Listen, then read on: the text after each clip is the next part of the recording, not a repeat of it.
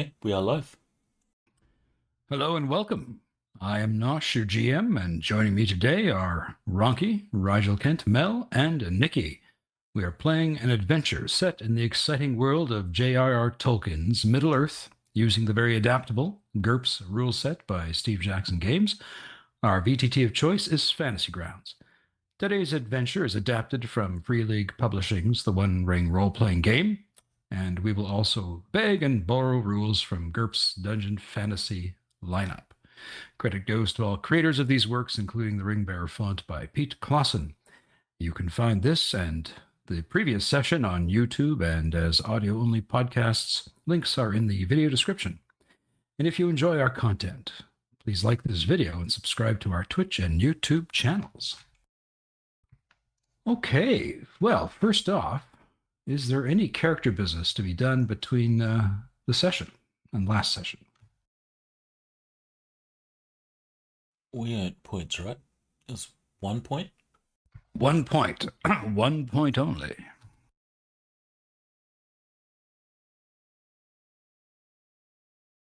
What is the survival for the this particular area?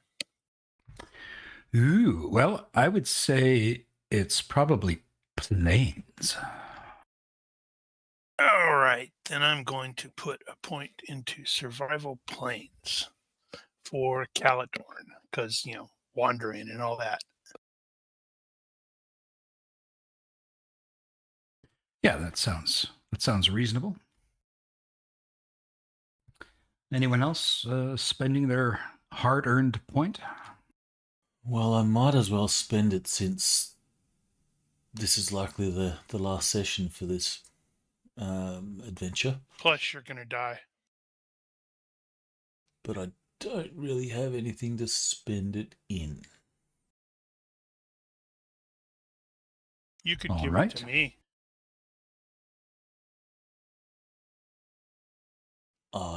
Actually, I do have something I can spend it in. I'm assuming that we can spend points willy-nilly. We don't need to have used the skill.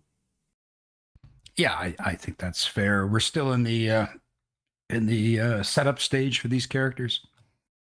All right, I shall spend my point on my axe. Well, that seems like a good idea. I'm done. Okay. Cassandra and Hamlin.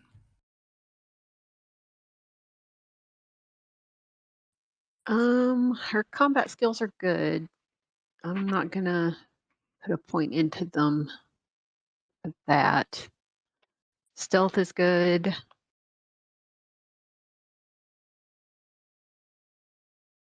I think I will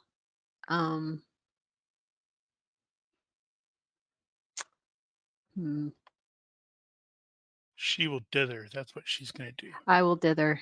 I will put a point into the dithering skill. There we go. Now let me you know what? I'm gonna take a point in sleight of hand. Ooh, that's a good idea. You did do some sleighting of handing last session.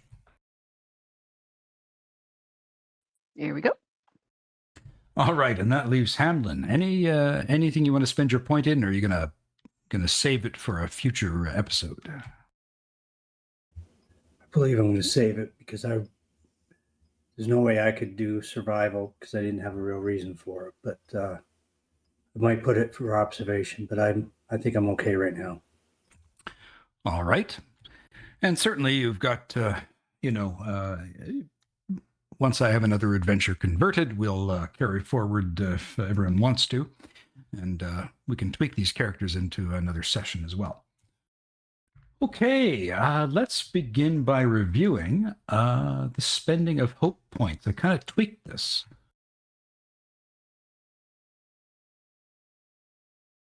Saying you're a tweaker?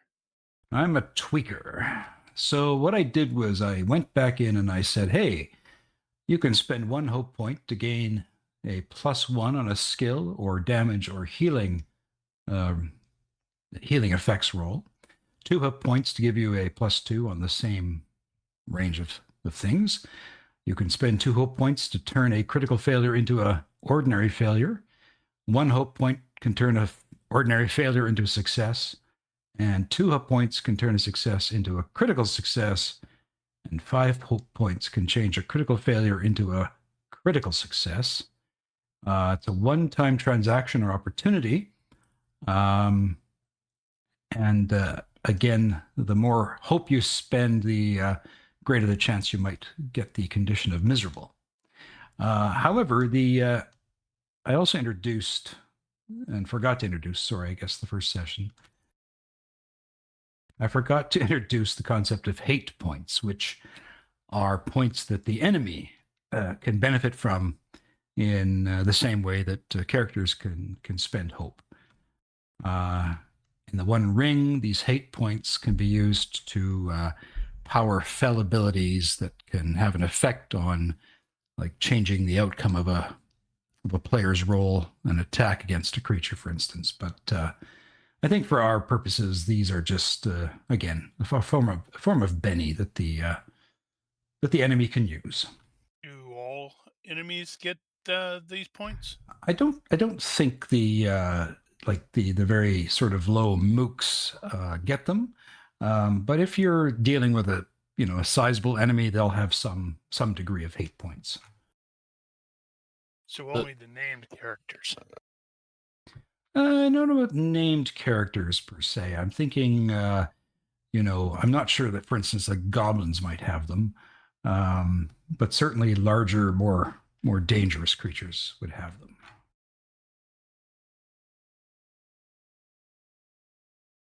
Some of these... Oh, can hope points be spent after the fact? Yes, indeed. Okay, so in that case, you may want to reconsider the balancing of the points, because spending 1 hope point to get a +1,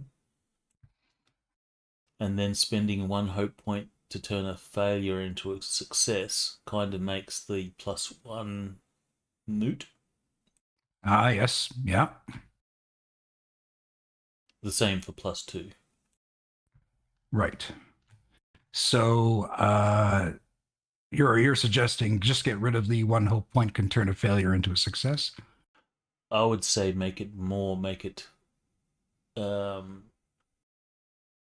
like 3 points and go from there. All right, we can do that.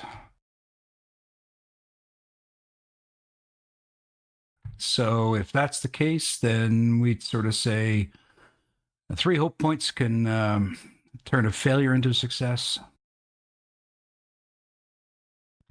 4 would turn a success into a critical success.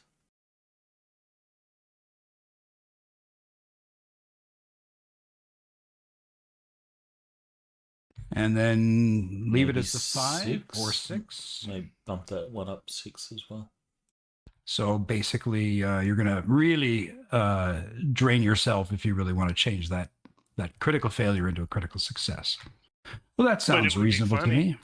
Yeah, it would be. It would be. No, I think that's very reasonable. From hell's heart I stab at thee and all that. Yeah, exactly. Okay, so we'll just kind of pick up where we left off, where I'll share And the map. just to, make my OCD happy, you should order the points so 3 goes before 4. No, you shouldn't do that. You should mix it up even more just to drive him a little mad. Right. Okay. I could tweak that later. Funny. Okay. I'm going to share the map. And where you guys kind of intervened with Jari, I'm going to say it was about here. So almost on the tail end of the sort of second day of travel. I don't know if you saw the ping or not. Yes. You might want to drop a little token down. Like the hiking token or something. Ooh. Do I have a hiking token?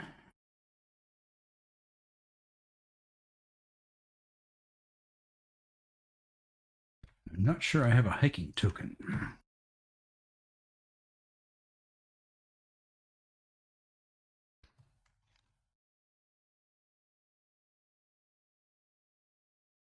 How about a big S?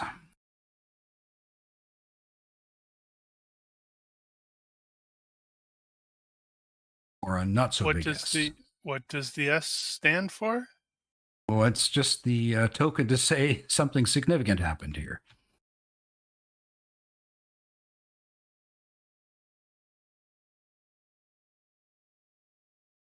Cool. And I'll share again the background lore that Hamlin had shared with you all.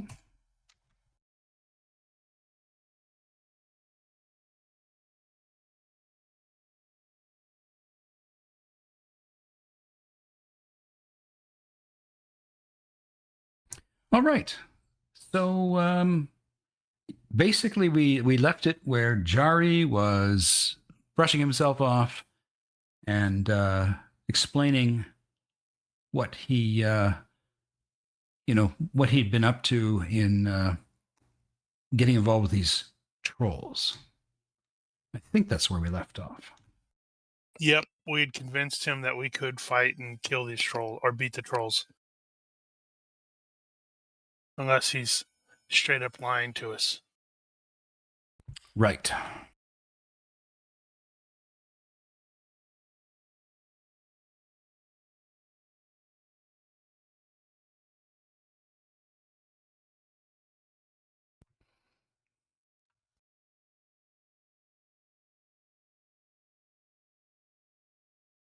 Okay, so what do you want to do? You're almost at your final sort of the end of the afternoon of the first day or the second day of travel.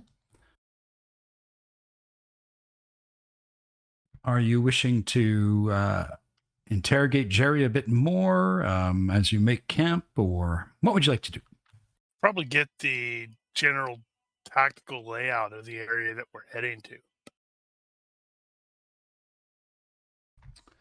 Okay. And how are you going to get that information from Jari? We want him to help us, help us to help him.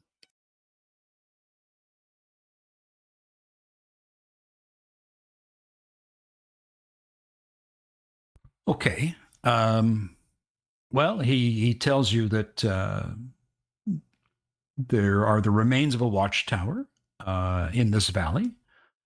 He thinks the trolls stay in there during the day. And he also thinks that if they have any prisoners, they probably keep them in there as well. But he never actually went into the remains of the watchtower. He says there's also the remains of an old homestead not far from the watchtower, but it is in ruins. And he said that there is a marsh and a lake behind the ruins, but he didn't venture to either of these locations because the trolls had nabbed him when he first entered the valley.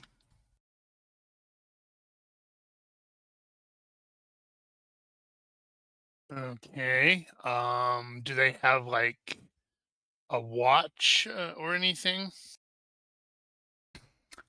He says he's not sure if they have a watch. The arrangement, he said, is to lead you into a sheltered gully on the way to the ruins, and that's where they would ambush anyone that Jari would bring them.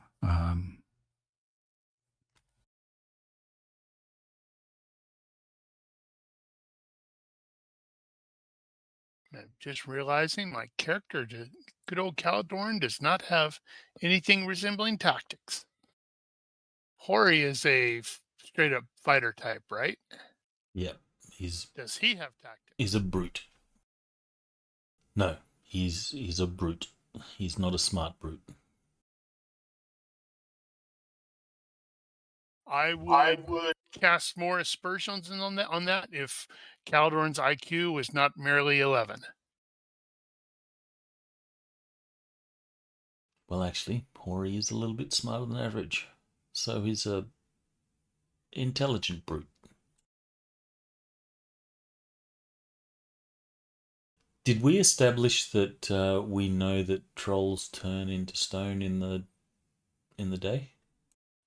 Yes, because I think Cassandra told the story about Right. from her uncle Bilbo or cousin Bilbo. I can't remember which. So Wasn't there also something about the toques, one of them selling umbrellas or something? Yep. is it the day or is it the sunlight?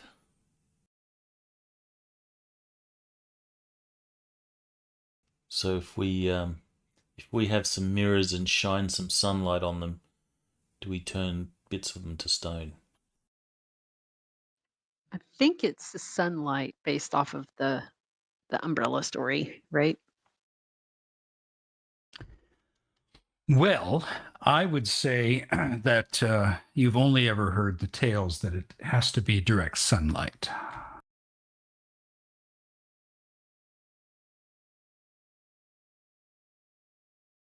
So mirrors wouldn't be direct sunlight. Not in that case, no. So whatever we do, we should do it after dawn. Jari says the expectation, however, he says, is that I'm to give them a signal and that I'm to bring you into the valley when the sun is about to set.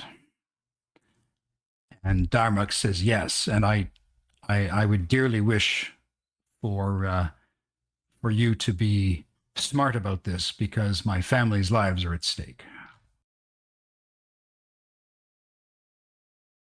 All I can hear is meat shields.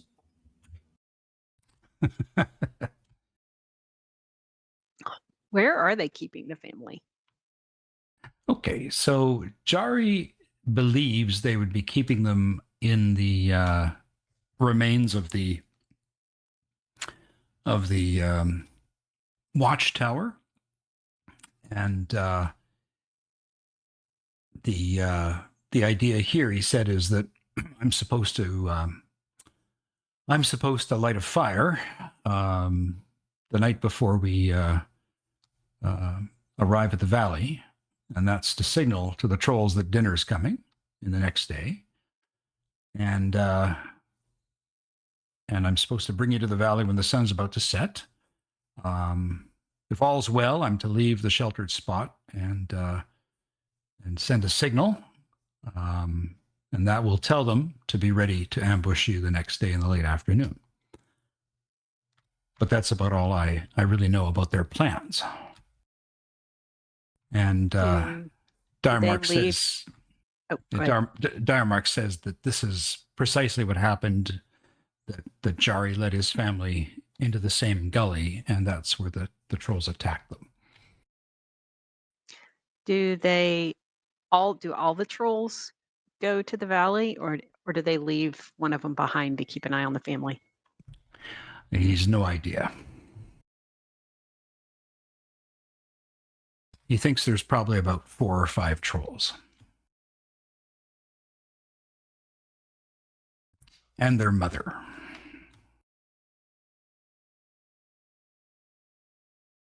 And she, he says, is a hideous creature, and he's only seen her and dealt with her once, and he doesn't wish to ever see her again.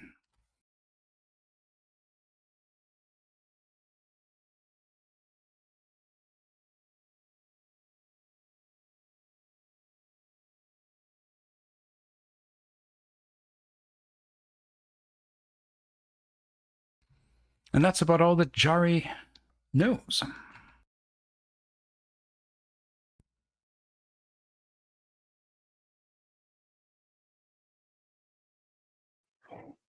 Well, if we could lure all the trolls out, I could sneak in and free the family.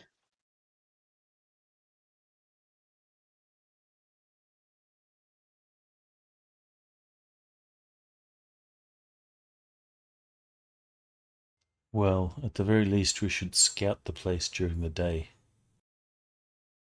Yeah, we got to get eyes on the terrain.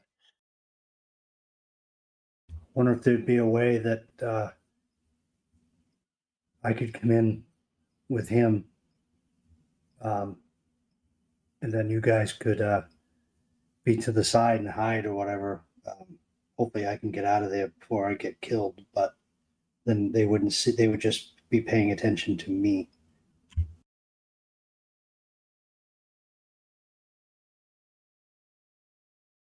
Cassandra, if you're up to it, you're quiet when you move around, enough to startle me. You should perhaps investigate this tower, see where the family are.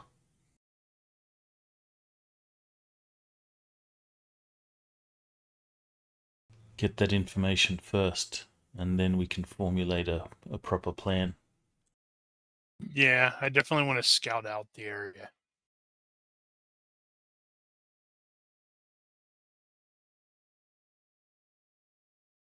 I'm a sexy man, but I'm not quiet. You're no man, you're a dwarf. Well, let me rephrase that. I am a sexy dwarf, but I'm not a quiet one.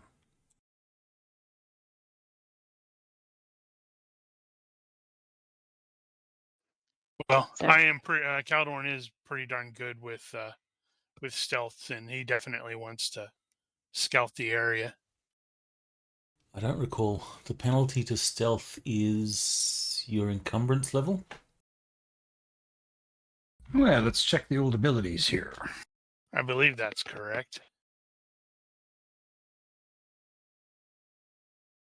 Actually, I think it's your encumbrance level or half your DR or something like that. Or maybe the DR. No, that doesn't make any sense because you could have magical DR, and then it's like, well, what's the point? So it's in the chat window now.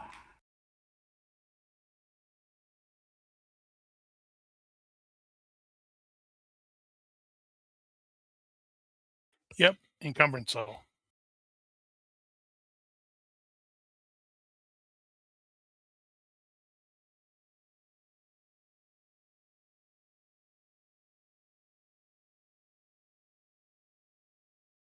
Well, Cassandra looks a little dubious about the idea of trying to sneak around a bunch of trolls, but she eventually will say, all right, I'll do it. No, I'd never send her off by herself like that. That's crazy talk.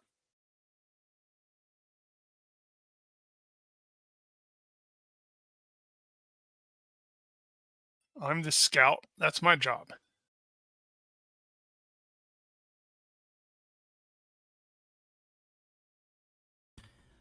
Okay. So Jari's listening to all this, and he just says, there is one track in, or one path into this valley. It seems to me that you could probably sneak some distance in without being seen. But he said it is actually ringed by some fairly steep, rocky outcroppings. So he's not sure if you'd be able to climb these rocky outcroppings. But he said there's plenty of rocks from which you could hide.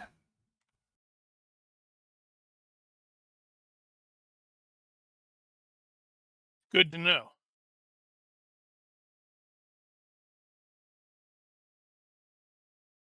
All right. Are you calling it a night at this point? Probably. We don't want to march in there at night, and you said it's like still another day away. You've got about 2 days worth of 2 days worth of movement yet to go. Right. Yeah, if it's getting dark, then probably, and we'll have to quietly among the four PCs make sure that we all know to keep an eye on Jory to make sure he doesn't decide to change his mind and try to rush off and warn them.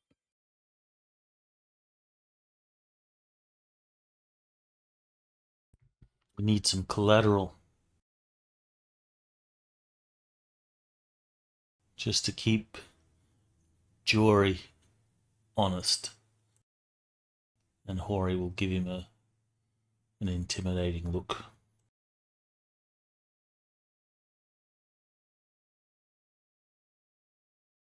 And Jari says, if this plan doesn't work out, I'm as dead as the rest of you.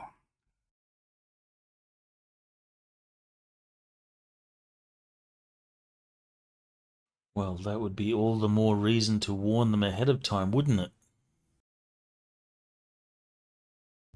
Well, they're expecting me to warn them that you're coming, or the people I've brought to them are coming. I think the danger is if I don't warn them, at least for Diarmoc's family. But at least you'll know where they're going to attack you, because the ambush is, I know exactly where it's going to happen.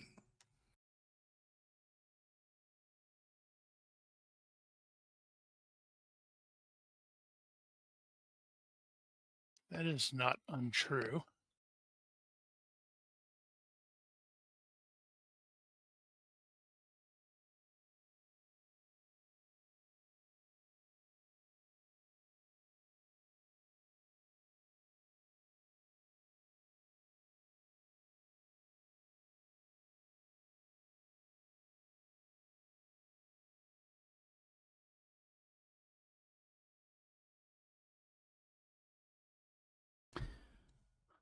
Well,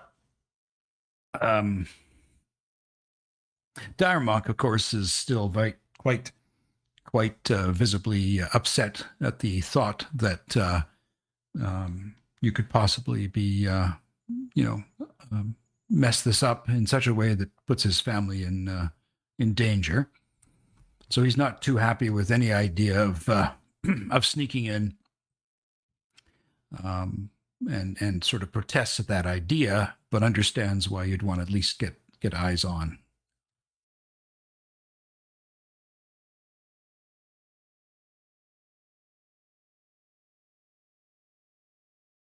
Yep.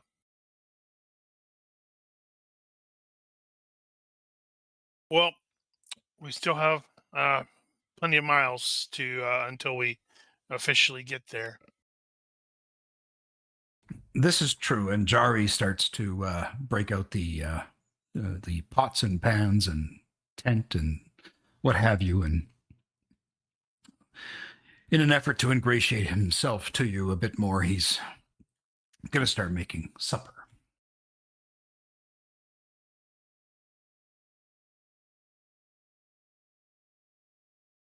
If there's nothing you want to do beyond set up and get camp going,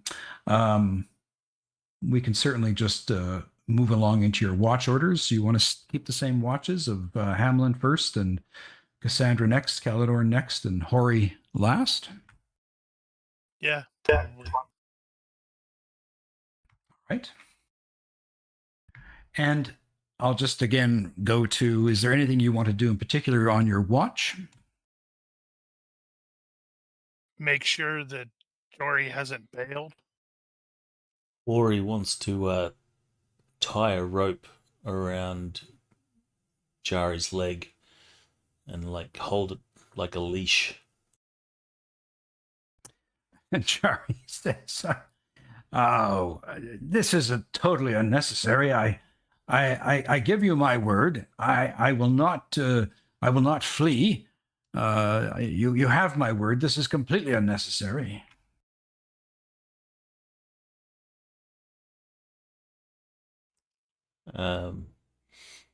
Hori will just sort of go, and keep tying.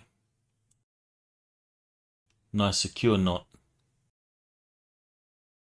So that if he feels any sort of tugging on the rope or whatever during his watch, he'll be able to, turn and focus his attention on Jari. All right. Well, Jari complains about this and looks at the others with pleading eyes and says, "This is completely unnecessary, and I give you my word. I will not try to flee in the night." Well, your word hasn't been worth much. That does seem a bit excessive, though. I'm just tying one leg. He'll be able to sleep.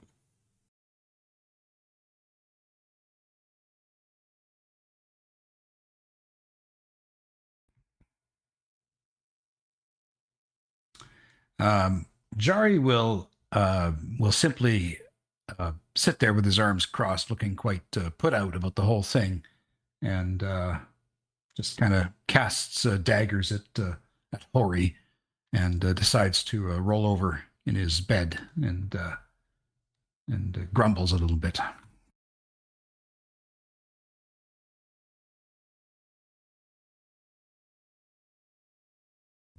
Just for an evening. 2 evenings, he says. Good. You'll be used to it by the second. All right. So, anything you want to do outside of hobbling Jari with the rope? Let's see here. No, it doesn't look that way. Not for me. Although I do need to double check how that works.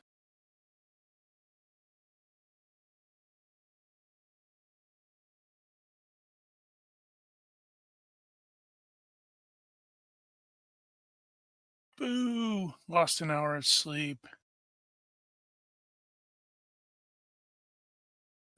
That was a waste. All right. Before retiring for the night, Hori is going to check his bedroll for spiders and creepy crawlies. Okay. Do you, I should just ask as a matter of fact, do you have knot tying, Hori?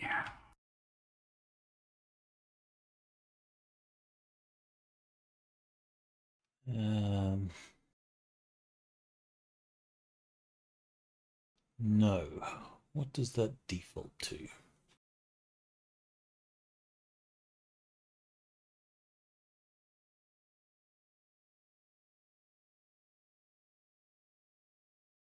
So, Dex -4, climbing -4, or seamanship -4?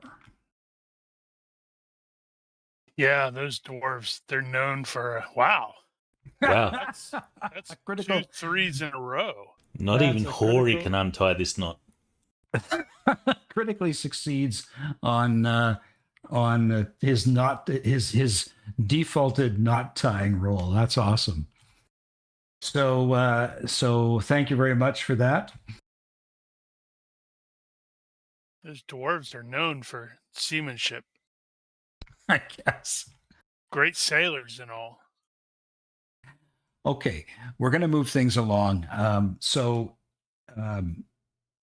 The evening passes without any incidences, and you carry on the next day across the plain, and you start to get into the hillier areas of the Weather Hills themselves.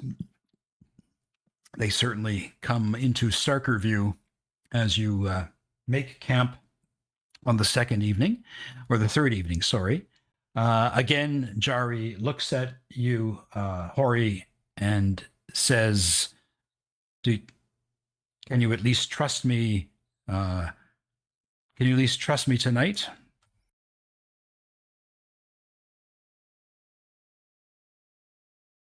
I don't know.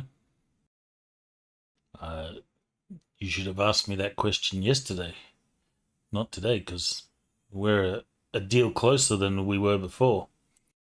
If you were planning an escape, tonight's the night. Well, don't make it so tight this time.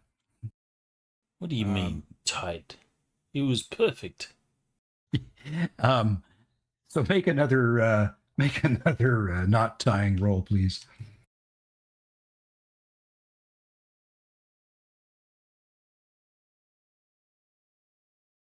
Success Okay. by 1. All right. Okay. So again, everyone gets on their watches.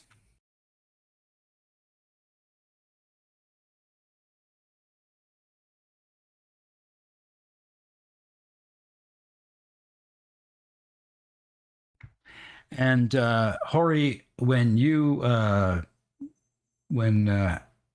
who wakes you up? That's the question. When Caledorn wakes you up,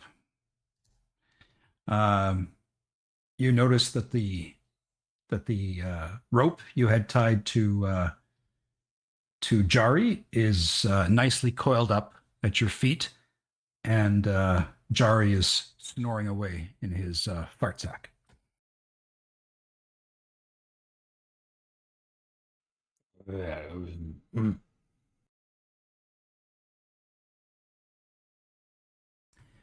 And morning comes, and you break camp. Jari looks at you and winks and says, I am going to be a man of my word, a dwarf of my word to you, my kin. Very well. All right. Well, you get about here in the on your last day towards the valley, and I said that there was going to be an incident sort of on your last day, and so what we're going to do here is Orc attack? Orc attack, right. I'm going to just do a couple of rolls here.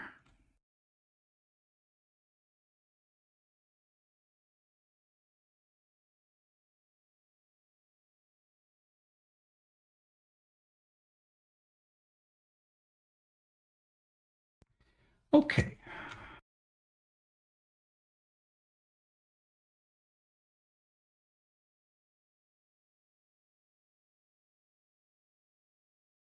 Okay, so in the One Ring, they have a rule where you basically check to see if there's going to be an event that happens while you're journeying. I believe we had Caledorn make a roll in our first session to see if such an event would happen, or when it would happen, sorry. And because you rolled so well, it happened sort of towards the end of your journey. But the Weather Hills are considered to be what they call in the One Ring sort of I wouldn't say a bad land. That's maybe not what I'm trying to say here. What would they call it? They call it kind of like a dark land. So it's sort of an area where obviously there are creatures about and what have you. And so whenever you're in a dark land, your roll is not necessarily always going to be good. You have to kind of take the worst of the two rolls.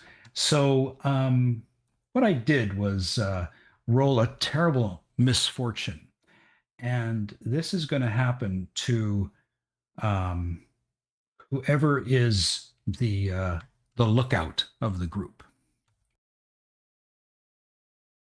Let's see. That's probably me, Caladorn. If we had an elf, it'd be an elf because apparently they have elf eyes. Right. So what happens with the with a mishap? Let me just pull that up here.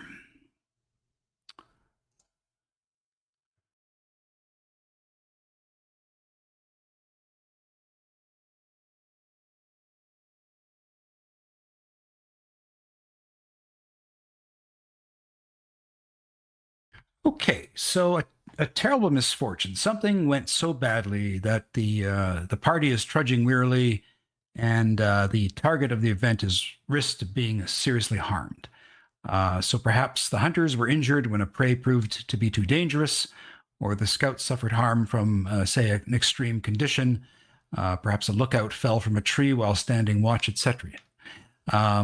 So I'm going to leave it to Caladorn to describe. Hunting probably makes the most sense because if you remember, I said I was going to be hunting to supplement our food supplies. Okay, so what Ninja you get Cougar.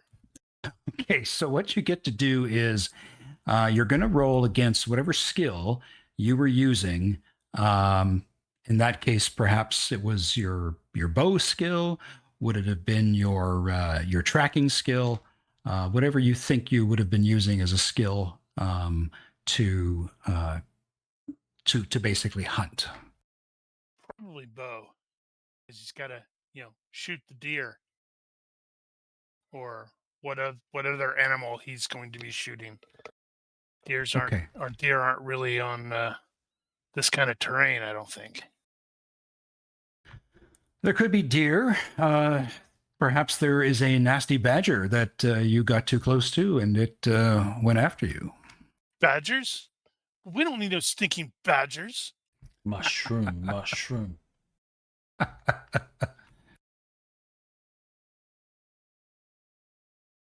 Right, so you need a roll. Does it have any penalties assigned to it?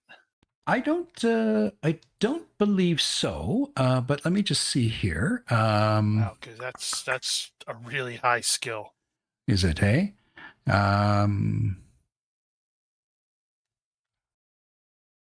Okay, you succeeded. By 10. By 10. Okay, so what happens is, to the best of my understanding here, you didn't fail the roll, so you are not going to be wounded in this experience. However, you're going to take 3 fatigue points.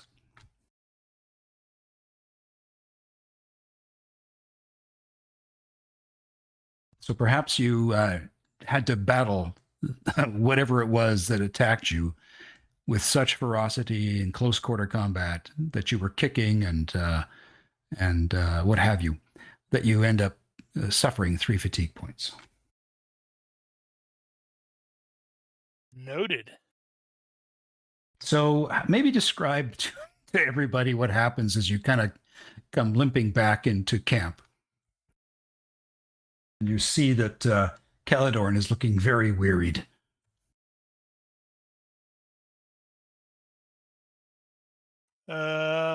Okay, let's see. So let me think. There you go. So he thought he was going to take out a wolf, a gray wolf, and eat that, but the damn thing turned out to be a warg. Oh, good. Oh, good heavens. Yep. Eventually, it gave up, I guess, after he tried to run away from it. Okay. Now, actually, I am just reading further in the rules here. It says that the fatigue points are gained by each player character in the company. So I wonder if it came back to camp and actually everybody ended up having to fight this thing off. That's interesting. I'll have to track down those rules and read them, see how I would do that. Mm-hmm.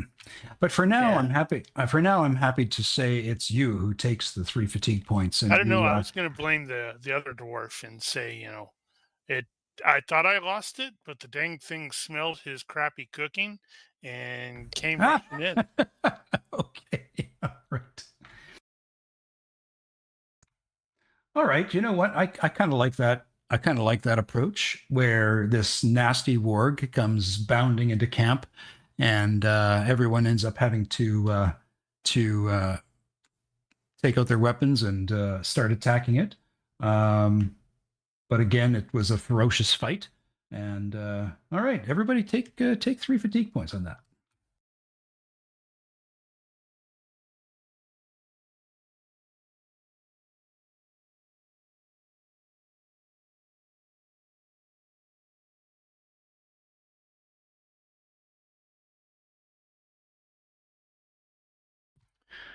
All right. We're going to say you carry on and you get to the edge of the Weather Hills.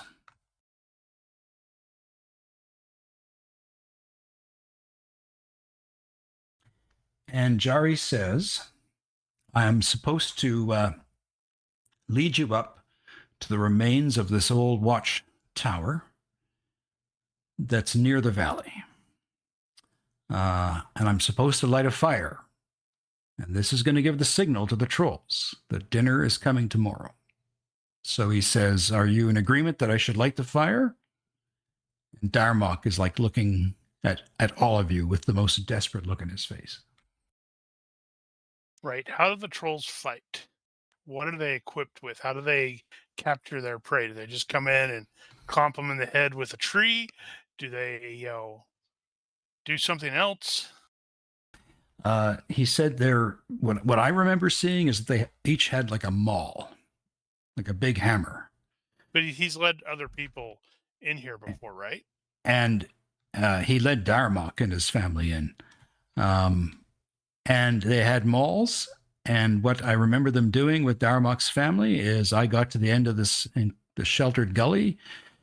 And he says they basically blocked off the gully from both ends. And then they came in and they basically snatched everybody up and put them into large sacks. And if somebody, put up a fight, they smacked them around a bit. Not with an attempt maybe to hurt them, but to at least have them stand down. And Diarmoc is just kind of tearing up as he listens to this recounting of what happened to his family.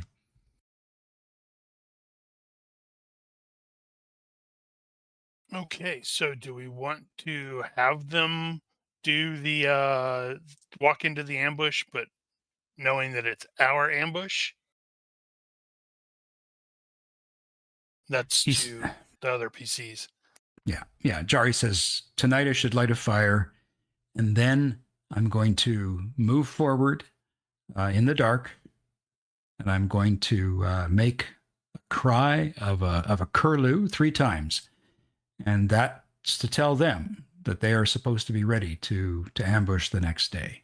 But if I don't give them that signal after the fire is lit, they'll know something's off. I don't know.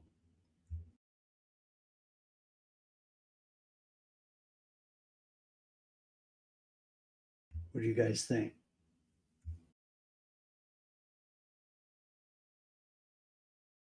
I'm scrolling through my advantages and disadvantages to see what he thinks. Well, I think it's a terrible idea, but what the hell?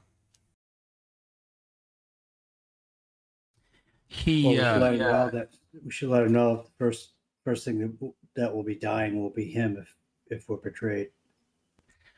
And Jari says, I have no interest in betraying anyone any further. He says, I simply want them to be taken out. You told me you could do it.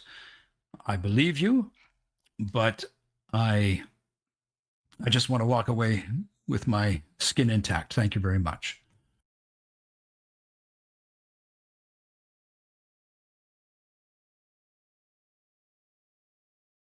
This is a terrible plan. I say we do it. And Jari says, if he looks at you all, he says, okay. He says, so can I make the fire? Yeah, I don't see how we can't just follow that without it getting even worse. So they're going to come in to ambush us, unaware that we are planning on ambushing them. You maybe check out their tower first. And so Jari points to the east, and you can see what looks like a fairly jagged set of rocks, like rocky sort of, not mountaintops. That's too high, but like hills that end with really sort of rocky peaks. And he says that's the valley. And he says, kind of points. He says, and you can sort of see where there's a path that just moves into the valley, but you can't see anything beyond that.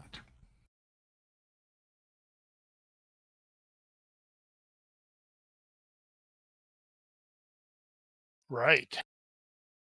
So he says, so I make the fire tonight, and then in the night I'm going to head forward and I'm going to make out a cry like a curlew, and that will tell them that everything is set to go for tomorrow evening at the end of the afternoon. My plan was to just kind of waylay you here, and and not leave first thing in the morning, so that by the time we got to the valley, it was, the sun was already sort of behind the hills. Okay. So with that in mind, if we leave first thing in the morning, then we can get there and set up our ambush.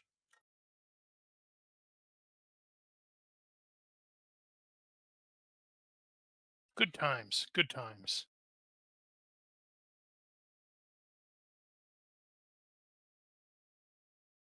So he starts to build a fire, and you can sort of see where he's built a fire previously for when he brought Diarmoc's family here.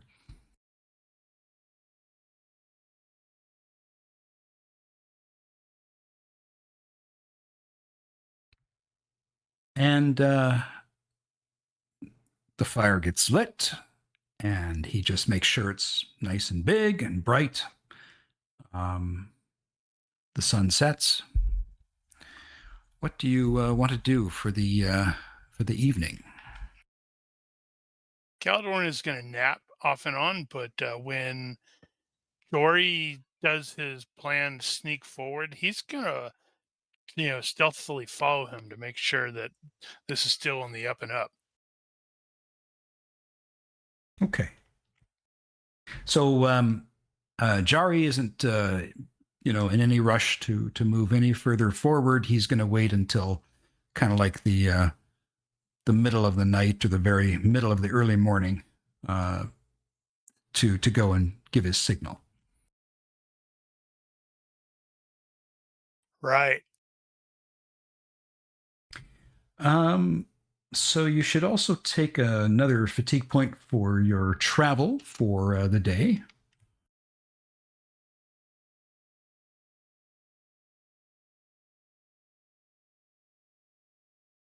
Yeah, but we're going to recover most of that just from resting. True.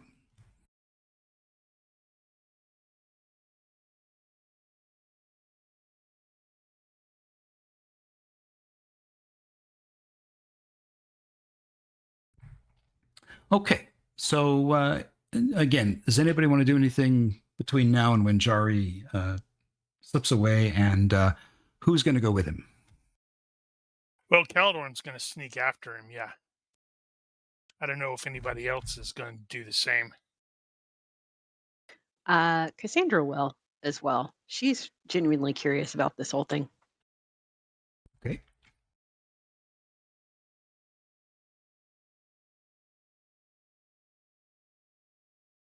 And what will Hori and Hamlin be doing?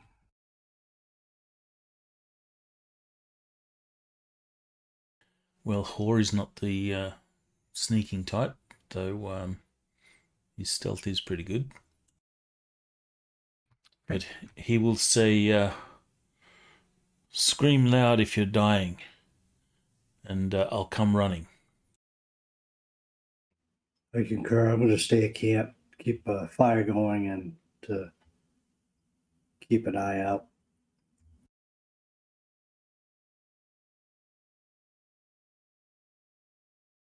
Okay.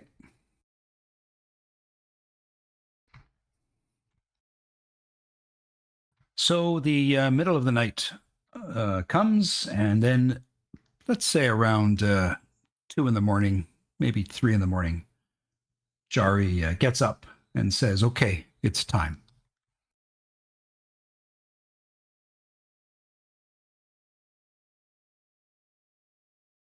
I guess I have to wake up Cassandra.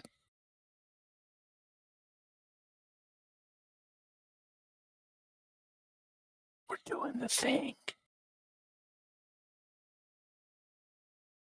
She just gives a thumbs up and like very tiredly crawls out of her bedroll. I thought you were about to say, and then Trent rolls over and goes back to sleep.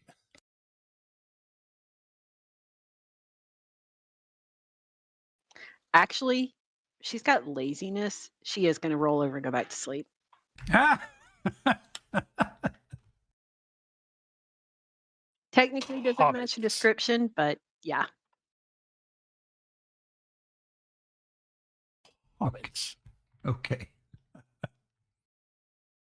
All right. So Jari trudges down from this the remains of this watchtower, this sheltered area, and moves forward in the darkness. I am doing the same with a successful stealth roll by 3. Okay. And he's making no effort to try to dodge or somehow get ahead of you. He's just trudging along, being very quiet. And let's say after about a half hour of walking, he comes to a tree, and he climbs up in the tree, and then he gives this call of like a curlew. I presume that's a bird, and he makes the cry 3 times. And Yep, that's right. okay, That's what they sound like. Okay. All right. And yeah, so Caledorn, you can see the rocky ridges of this valley now. And you can see that, yeah, the hills are kind of crowned by these rocky outcroppings at the top that look actually quite intimidating.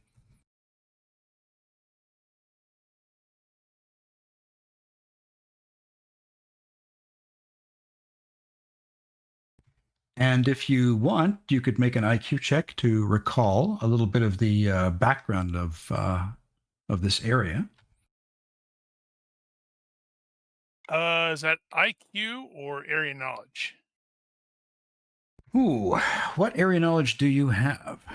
I when I adjusted, I have Breland, Eriador, and the Shire.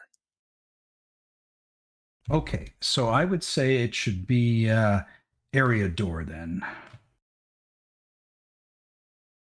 Oh, good roll by 2. All right, by 2. Okay, so now that you've seen what he's pointing at, you've heard that this has been called the Valley of Morgland. And it's one of the many valleys in the wrinkled old skin of the Weather Hills. To the north, south, and east of the valley rise tall gray hills, stony and barren, and to the west are lower hills dotted with small thickets. And you know that, yeah, indeed, you remember, someone from someone from the Rangers group telling you that there was an old mound in there that they used to call the Wart of Morgland, and it was raised by the men of Arnor very long time ago. And indeed, men dwelt there in the old days. Middlemen first, and then men of the West. There was a time even when great herds of sheep and cattle grazed there before being brought to market at Bree or other towns. But war and plague emptied out the valley and the lands around it.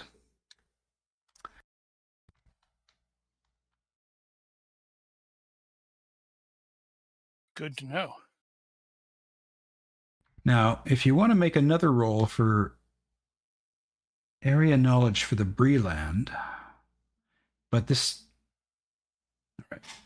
all right, by two. You think, now that you see this area, you think that there was a family. You can't recall who they were. It seems there's something in your memory about hearing about a family that left Archet, or maybe the Chetwood, to come up here to do some homesteading.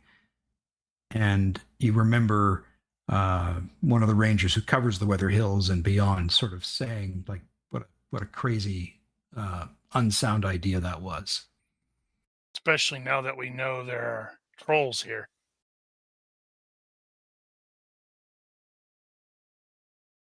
We'll have to keep an eye for a old farmstead. And if you make an IQ check to remember. Apparently not. Okay. All right. Okay. So, yeah. So Jari looks at you and says, "That's that." Well, let's get back to the camp and hope no one has attacked it while we were away.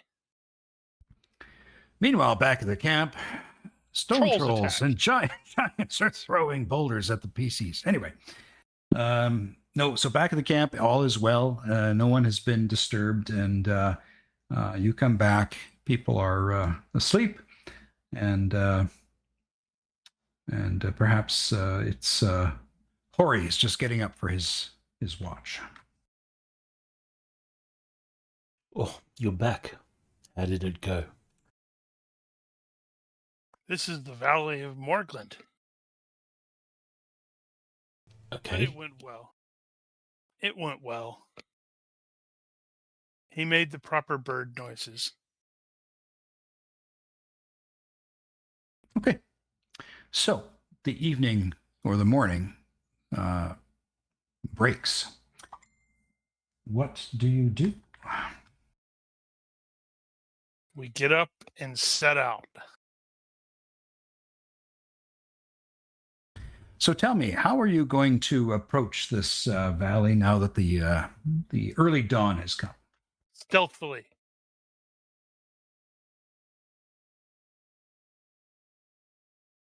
Okay. Who's all going? Wolves. That was the plan, right? I think we only had 12% of a plan. That's more than we usually have. Are you bringing Jari and Diarmoc with you? Can we stop them from actually coming with?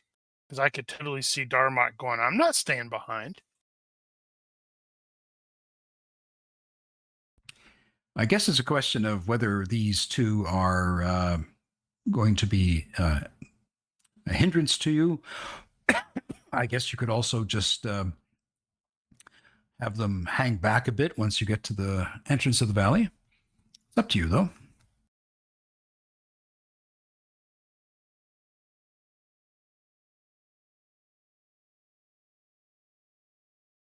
Yeah, I think Caldorn's our instincts would be to have them at least hang back a little bit, but go with nonetheless, because they're probably more familiar with the area than we are. Right. Okay. Well, you make your way across some boulder-strewn areas and walk down to what appears to be the entrance to the valley or the hidden valley. I'll see if I can out. see if I can do this correctly. Hang on a second. Uh-oh, he's about to do something. Maybe. Hex map. Hex map.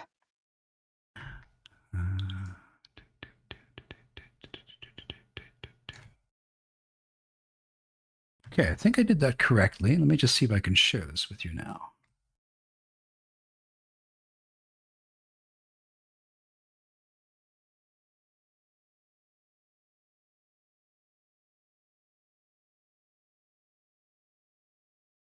Okay, what do you see? Looks like a section of a path. The rest of the map is hidden. Excellent. Okay, so you do see, looks like a section of a path and what looks like some running water alongside the path. And you can sort of see the beginning of some rocky outcroppings that are the entrance to the valley itself. And Jari says, okay, so you see that there's a path moving forward.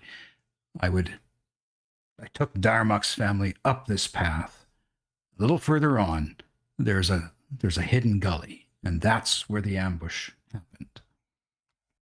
So Right. how far up this path? I'm going to say you're just off the map. How far up this path along the water do you want to go? Well, is there some way is there a way to get in there without using that path? I mean, how hard would it be to actually climb? You could try climbing. I think it would probably be at a -3 to try to climb up those hills. Okay. Well then, yeah, and I'm also trying to keep an eye out, like for scouts or lookouts or watch or whatever. Like, maybe if the trolls have one of their number out and about, keeping an eye, even though it's today. Surely there's some more caves up there that they could lurk in. But yeah, Caladorn's definitely going to want to at least scout forward a little bit, see if he can't find any ranch in this hidden valley. Okay. Can you? Wow. Really? Ah, What did I miss? Looking for ranch in a hidden valley? Yeah. Okay. How about if you just ping on the map where it is you would like to move up to, or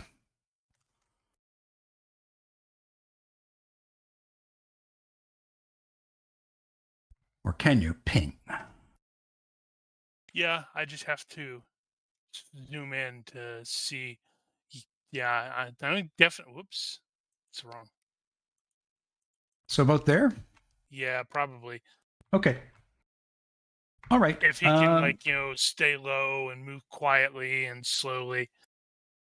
Yeah. So you certainly can get to that point, and I will expose a bit more of this map as you do.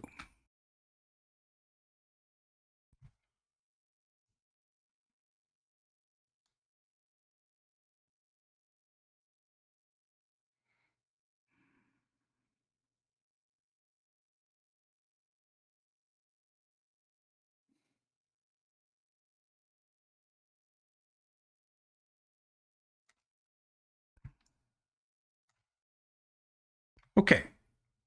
How's that? Yep. Definitely see more. All right. So if you wish, you could make a tracking roll. I could do that. Yes. By 7. Okay. So you can tell that this path has been cleared in the last few years. Rocks have been rolled aside, brambles cut to make the going easier.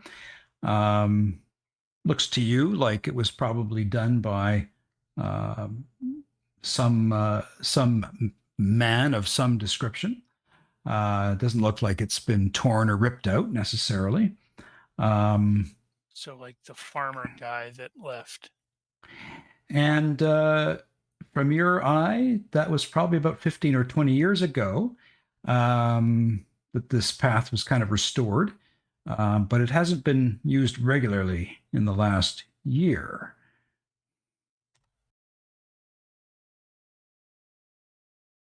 I'm so juvenile. You are.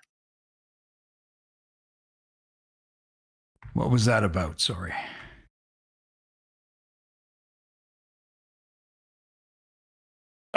Well, I yeah. see things in the map. Oh, you see things in the map. Okay. But definitely keeping an eye on those high points, because that's where Yeah. I would station a Right. lookout. Okay. What are you seeing that I'm thought maybe I No, had my covered? juvenile mind is seeing things in the map. Oh, I see. Okay, gotcha. Like there. Right. Okay. He's 12. Okay, gotcha. All right. So, yeah. So, let's see here. Okay, and just make a perception check, please, Calidorn. Okay, let me verify. I don't have any bonuses. Nope, I don't have extended vision or anything like that. All right, let's see what we got here. By 8, I'm doing pretty well for the rolls. Okay, so you see that I'm going to just ding it on the map here.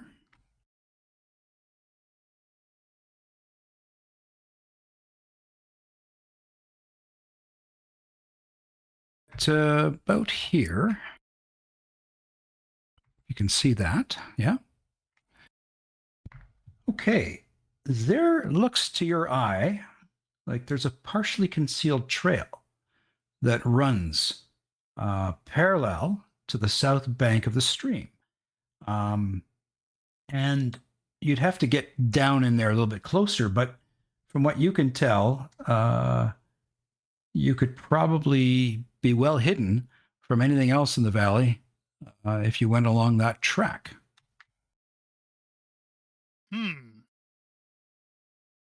Yeah, but we'd have to. How would we get over there? Well, you could easily cross the stream. I mean, Okay, so it's not like a proper river. no. Okay. It's definitely while it's certainly full, it's easily passed. Okay, yeah, that's a And good idea. your perception check also shows that there's been perhaps some sort of a habitation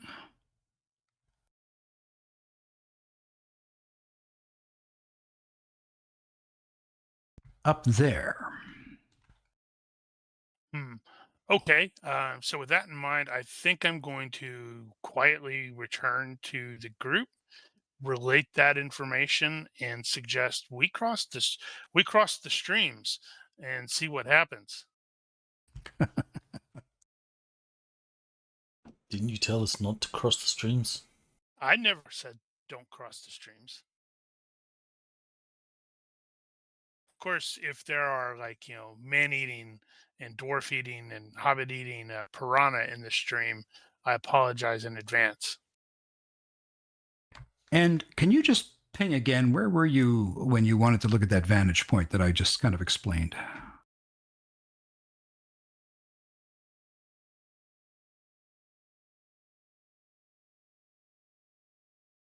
Probably about there. You kind of went up there? Okay, I'm going to expose more of the valley to you. Hang on.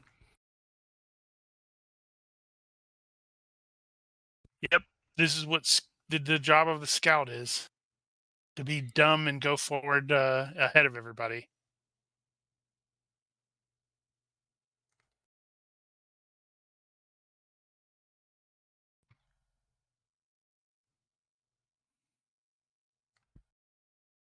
Are you actually typing something, Ronky? Because it looks, like you've been typing something forever, according to your avatar. No.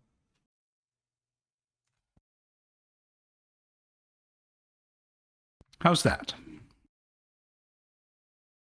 Right. I have to scroll backwards. Hold on.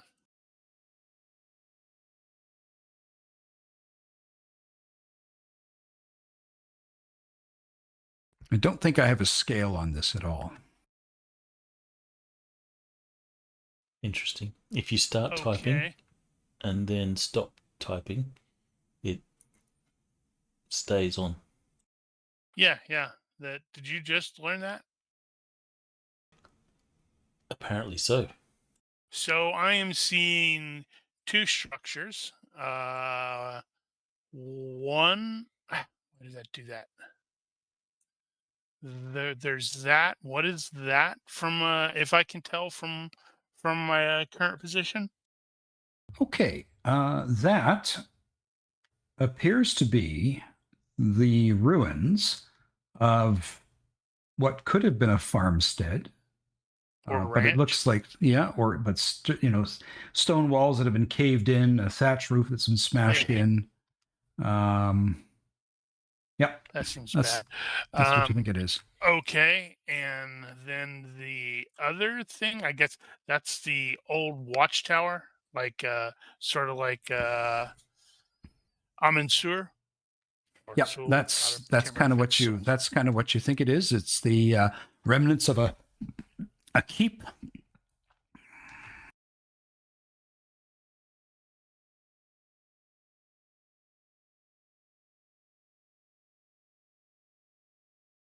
It is Sul. And I'm going to do one more thing here.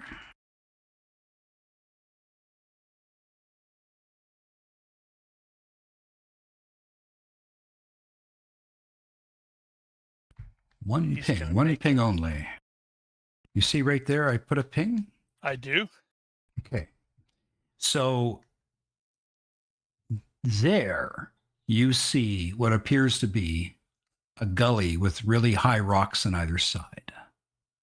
Gotcha. That's the ambush point. So yeah, I'm gonna retrace my steps, link up to everybody, make my suggestion that we cross the little river thing and move along that hidden trail in the hidden valley. Sweep up, maybe get to, if possible, get to the ambush point. Although I'd personally like to investigate the stuff down here first, or up there, since if they're expecting us near dusk, then we've got most of the day to do shenanigans and hijinks. Okay. So you relay that to everyone. I do. And Jari says, he says, no, I identifies that, you've got the gully correctly positioned. And that old farmstead, that was the ruins he was talking about, being somewhat away from the actual keep. But he didn't know anything about that hidden track. Stands to reason. So since I made that the Breland thing, and I knew that the family had left. Do I remember when they left? Or was that the intelligence or the IQ check that I failed? No, that was not the IQ check that you failed. Let's see here. Does it give us any indication of when they actually came out? Yeah, because I'm sort of wondering, trying to figure out if the trolls are actually been here longer than we thought, or relatively recent arrivals. To your knowledge, they are recently arrivals. Well, we're going to have to kick him out. During the day, wouldn't this be a good time to go and check the tower, see if we can find Diarmoc's family?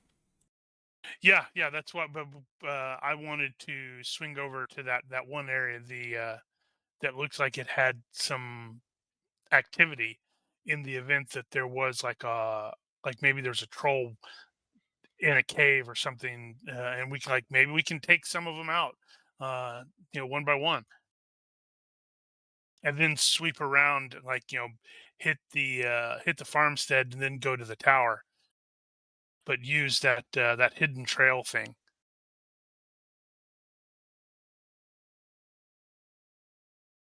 Well, you're the boss. Lead the way.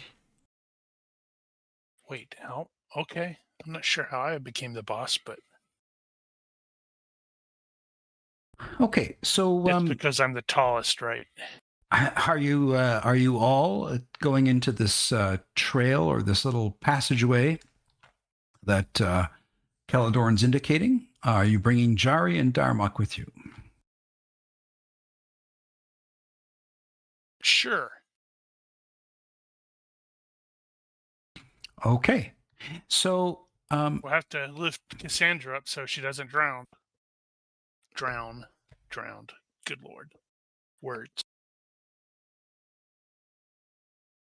all right. Okay, so everybody who goes into that trail, I guess show me how far you're going to go up the trail first. I think we were going to go over there and examine that stuff. You said there was something there that I had Yep. noticed. I don't remember what it Yep. was. Okay.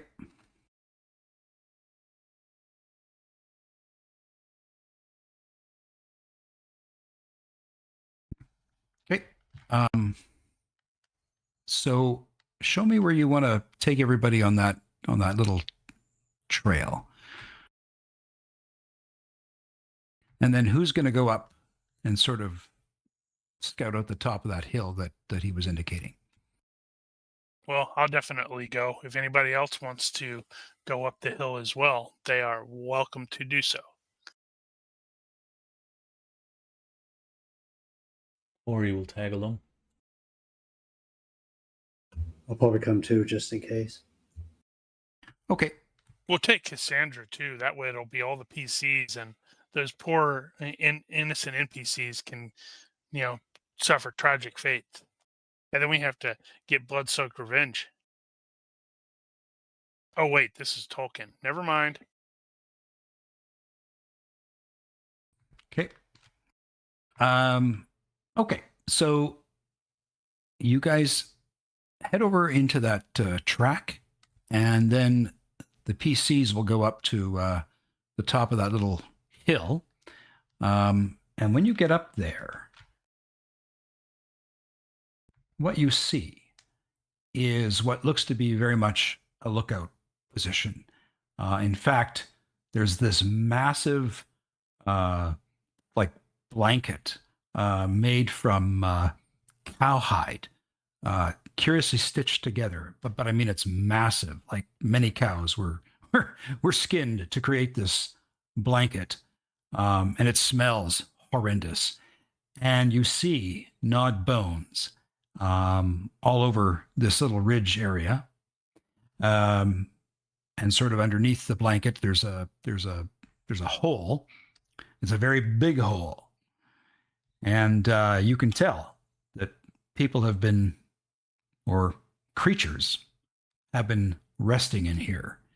And there's even like tree roots that are lying about. And it looks to you like they've been fashioned into massive toothpicks. Great. I'm kind of, which way does the river or the stream flow? Is it flowing to the left? That's correct. It's flowing to the way you came in. I'm super tempted to drag this blanket with us and toss it into the stream. Now, as you get to this high point, I'm going to expose a bit more of what you see. Uh-oh.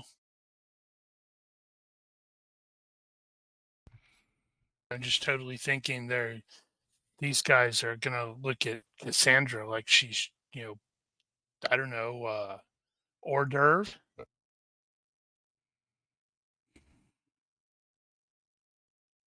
She's too gamey.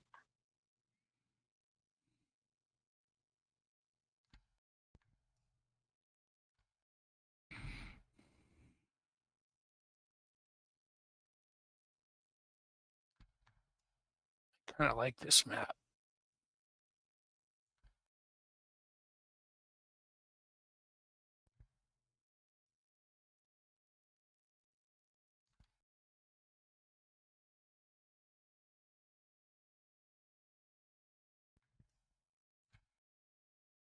Okay, that's kind of what you see from your vantage point. Wow, pretty good vantage point. Now we have to look for more cows moving around. Really big cows. So you see the what's called the Wart of Morgland, which that big hill there, okay? And you can see some stairs going up into the ruined area.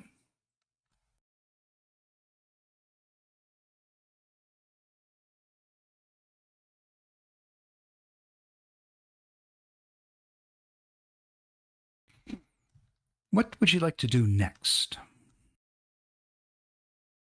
So can we see in the hole at the Yeah. place we're at? You can see into it, yeah. All right. Cassandra's going to go like lean over and take a really good look and see what's in there. Like hold her nose so she can't smell all the badness. Yep. So it's definitely a troll hole. There's bones, sheep bones, cow bones.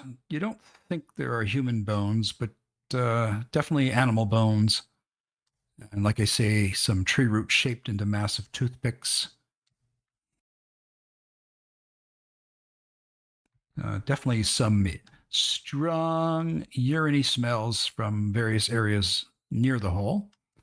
And you probably now see some massive turds dropped here and there away from the hole itself. Or in the hole. And the fact Nope. that you didn't mention it, I'm assuming there's no troll there now. No, there's no troll here. Definitely no defecation in the hole. It's an invisible troll.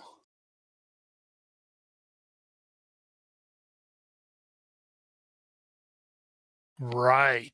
Okay. So currently my recommendation, I don't know how long it would take us to get over there to that farmstead, but I would think I would recommend we go there to scout that out, and then head towards the tower, unless we can find a way to conveniently ambush a single troll along the way. Well, by your reckoning, it's probably going to take you all of, perhaps 20 minutes if you're going along that track to get over to the homestead. Okay, that's not that bad. Yeah. Okay, so if you're all heading back into that track, let's have stealth rolls if you're wishing to be stealthy along that track, but +5 to all your stealth rolls. 90.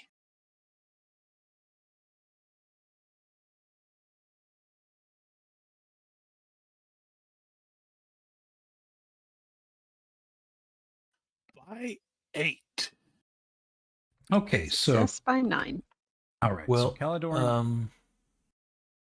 Okay, so in just this case, since Hori failed, Yep. I'm going to use some hope.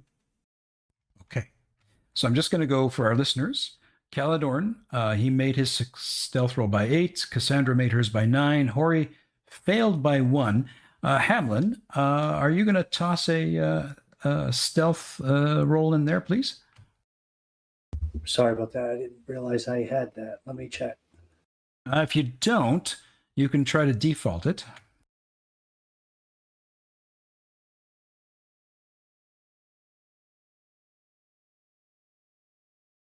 we'll just I didn't put the -5 modifier. We'll just -5 from this roll if you don't mind. Oh, you've got a +5 to your. So you do actually have the stealth skill. If you just go to your abilities tab, you see you've got stealth there. Really rolled 7. That I do. Sorry about that.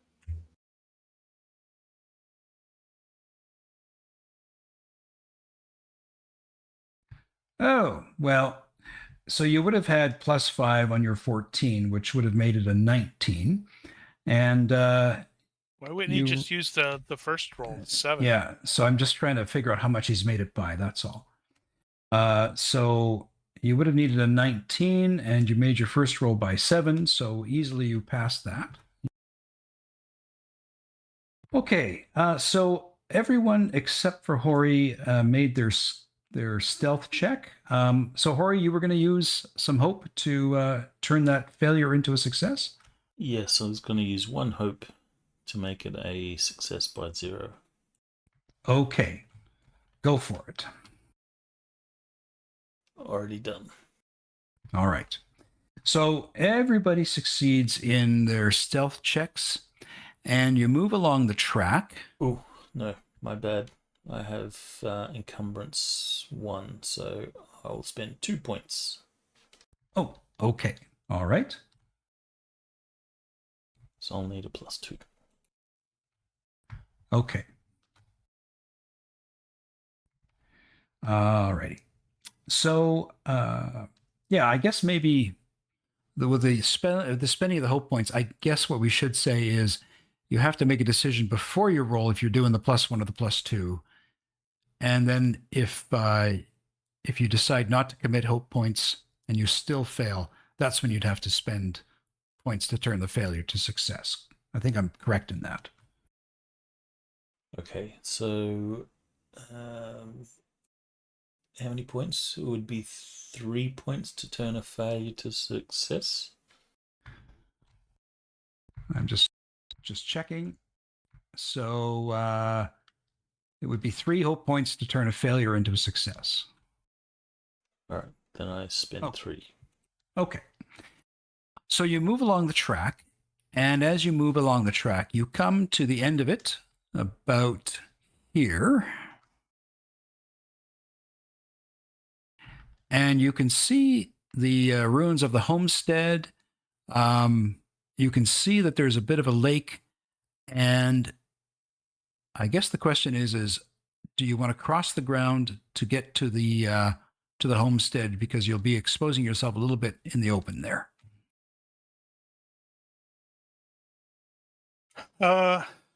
Yeah. Let's see how we're going to do that. So I think probably break right and curl around and try to minimize the level of exposure. Okay. As you do that, okay, let's have stealth rolls again. But this time you're just going to make a basic stealth check.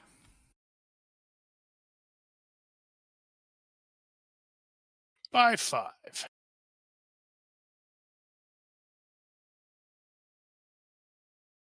By 0. By 0. Okay. By 1. All right.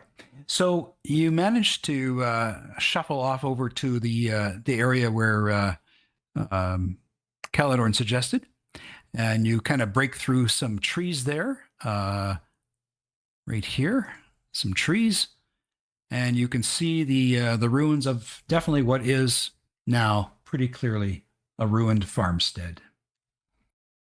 Very sad. So it looks like it was very well built when it was, with a sturdy stone wall and thatched roofs, but any doors were smashed in. The thatch was torn through. Okay, so I'm going to do a tracking roll to see if I can determine how long ago this was bashed in. Okay.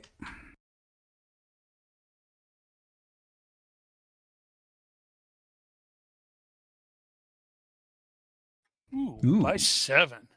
Seated by roll. 7. So, you think that this happened probably like a month ago?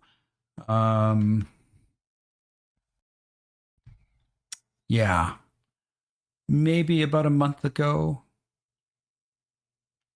I know tracking has Maybe. a whole crappy bunch of modifiers. Let me look at that.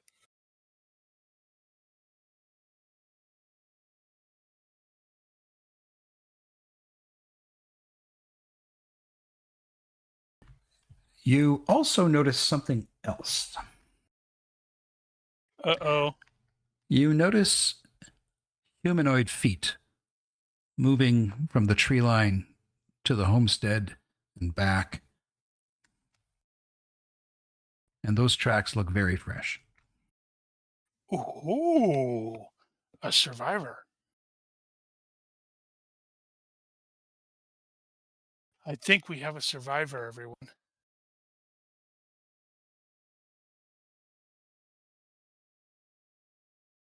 I don't know why, but when you said that, I just had an image of Warcraft, a peon going, "Job's done." Oh, I think we're gonna find Newt. They come out at night mostly. Is anyone looking around the rest of this valley now? Looking at the wart, the ruins, or are you kind of all focused on the farmstead? Well, Hori will be looking around. He's a little wary. Okay. Cassandra will be poking through the actual farmstead ruins. Okay. She's looking to see if there's anything interesting to find and keep. Okay.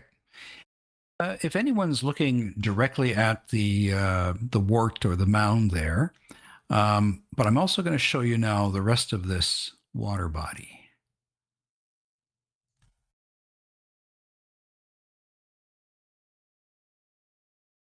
Is that a raft? It does look like a raft. What you see is a raft in the middle of that lake. And everybody who is going to be looking that direction, because that's what's obviously caught your eye, make a perception check at +2, please.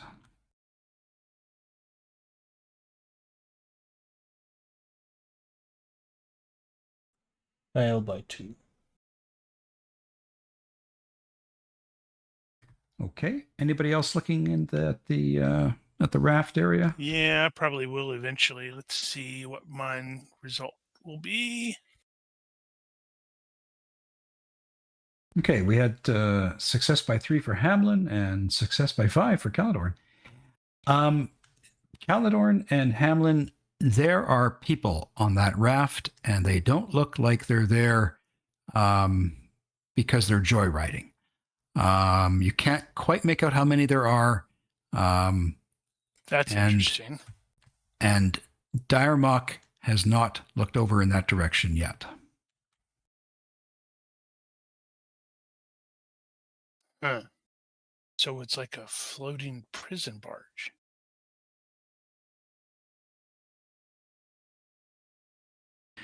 And is anyone scouting out the wart and the ruins themselves? The wart, not yet. Okay. We were planning on going over there, but things may have altered slightly.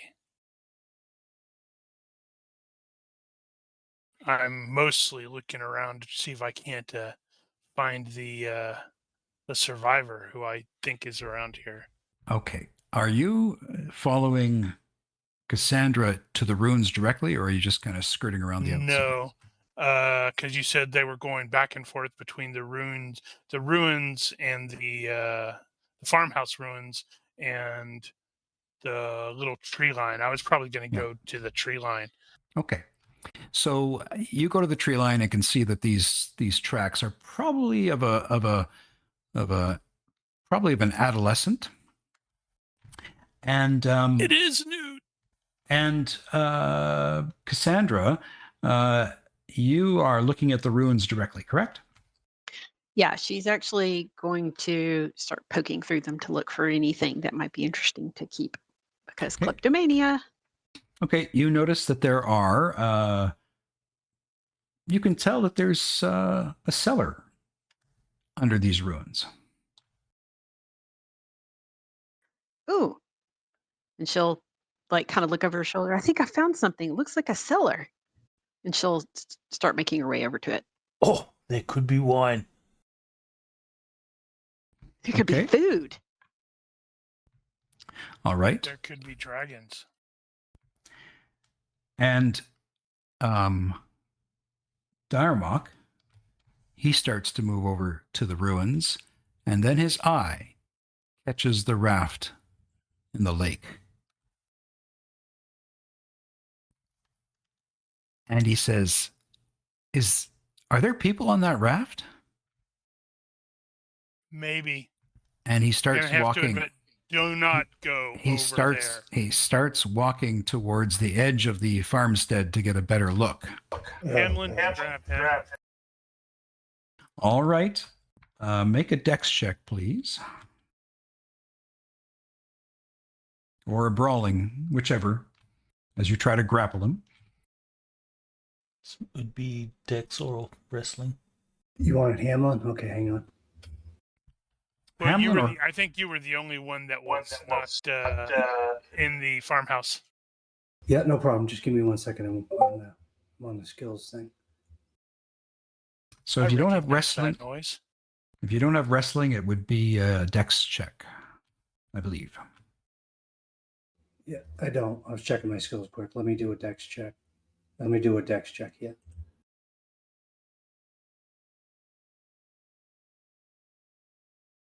Okay. So you Very grab, yeah, very nice. So you very deftly grab a Diarmoc, and he stops, and he goes, I think that's my family. I think that's my family. And he is tugging at you to let him go. Let me go. My family's on that raft. My family's on that raft. I suspect we're gonna have to clock him. Yeah, tell him he needs to.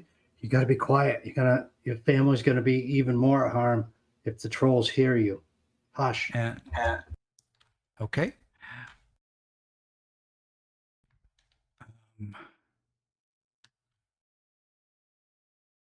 All right. He let's see here. He kind of resists at first, and then he quiets down. But his attention is just focused on that raft. Who's going over to check out the cellars? Me. Ori. Okay. So once you get over to where the cellars are, yeah, What you are can they see selling? you can see that there is some crude, sort of like a ladder going down.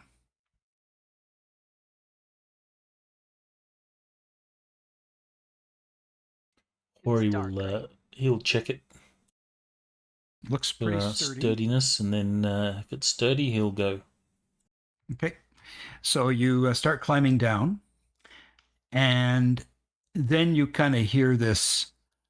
You hear this young female voice call out, "Are you are you here to rescue us?" Are you German? Ori will be startled. I told everybody that I thought there was a survivor here. He goes, damn it. No wine, just a girl. And you see this gal come out of the shadows. Better look like Newt. She's gonna look like Newt. That's not very well. It's sort of Newt-like. No cat. No cat, just a 8-year-old girl, maybe 9. Are you here to save us? You're the first people I've seen. Are you here to save us? I mean, I guess are you here to save me? Come on, Ori Cass. says, "There's a girl here. Yes, we're here to save you." Are the trolls gone? I didn't hear any noises. But are they? Is it safe? It's safe for the moment, but the trolls are still here. You're a dwarf, right? And she looks up. Is that a hobbit? No, that's Cassandra. So Cassandra, she's looking up at you, quite now fascinated. Cassandra's not just, she's worse than a hobbit. She's a toque.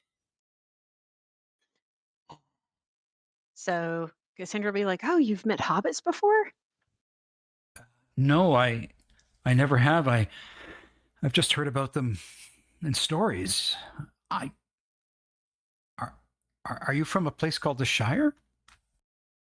I am. Oh, Where are you from? well, here I guess my family moved here a few years ago, and then the trolls came. So Cassandra will kind of look over her shoulder and say, "Caladorn, Caladorn, there's somebody down here." Ah, the survivor. I was thinking she was in the wood line. Climb up here, girl. I'll So help you up. She's very tentative, very hesitant, but she comes up, and then as soon as she sees the the wart and the ruins, she quickly ducks behind like a piece of wreckage from the house, and she says, "You should all be getting down. You should all be hiding. They can see you."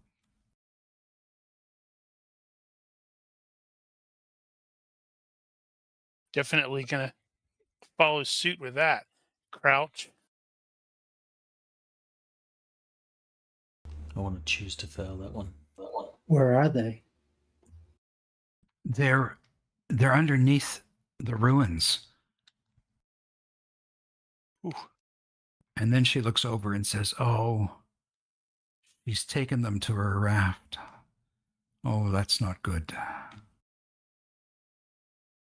Why is that not good?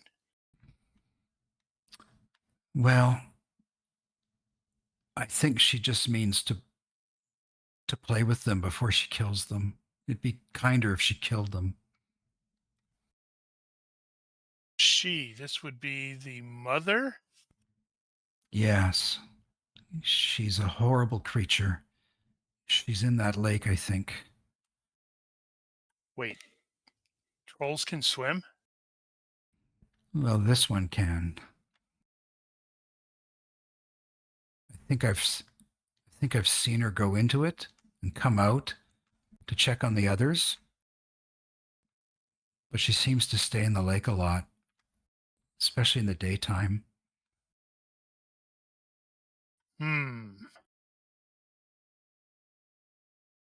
I'm just going to check this cellar, make sure there's no other survivors. So you give it a good look, and yeah, there's nothing.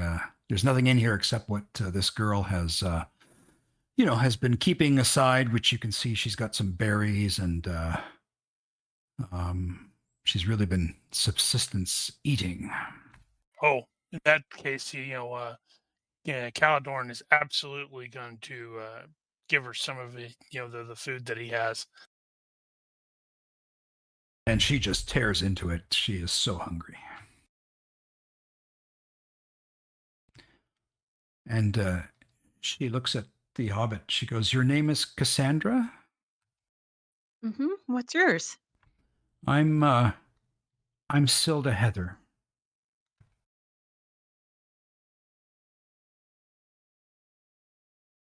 Would that name mean anything? No. And it's just you, or do you have family out on the raft? And that's not my family. And then she, is Diarmoc anywhere around? Yeah, he's over there with Hamlin. Maybe drag them over.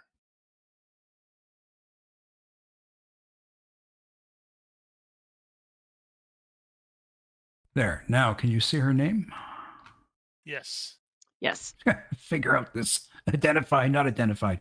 Yeah. Yeah. I seem to remember it's kind of backwards. So she says, my name's Silda, and my family, the trolls came and took them all. And she said, I was out gathering firewood, and she said the trolls came out of the shadows, and I watched as they smashed into our house and captured my family. So I kind of waited until dawn because I knew that the stories of trolls and sunlight. But in the night air, I could hear the screaming as they killed my family, and then I could smell. There was a roasting. Oh, it was horrible.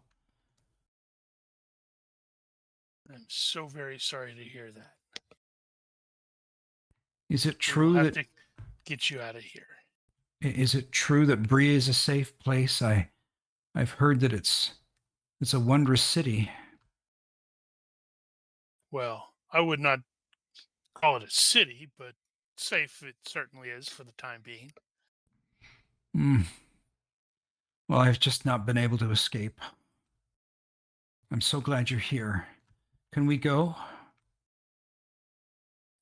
We have to get those people off that raft. And ideally, we need to stop these trolls. I thought you were going to say that. I understand. Is that a boat? I have zoomed in. No, that's not a boat. What is that? Are you asking this as a player, or No, are you pointing? Yeah, as a player, I had zoomed in on it, and it looks. I thought it was a boat, but when I zoom in on it, it looks more like a rock. So Silda says, she says, well, you can try to get those people off the raft, but I don't know that she's in that lake. I know she is. I don't know where her sons are, but I suspect they're in a hall on the bottom of the ruins. She says, and she points over to what you were looking at, Rigel. And she says, there's a boat hidden in that area right over there. My brothers built it.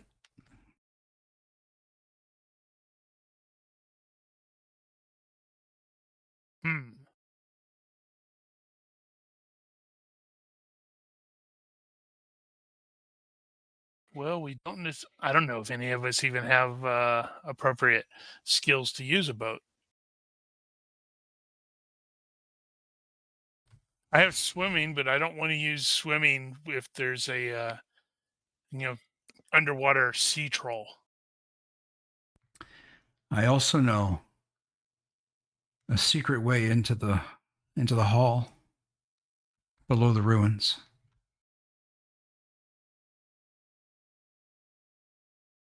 That's very interesting.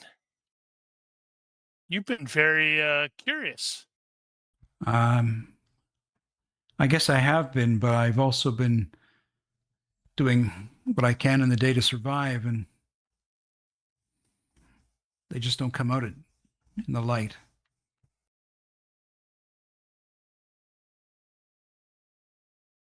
All right, so we have some options, people, but I would like to get them off that raft and onto shore first.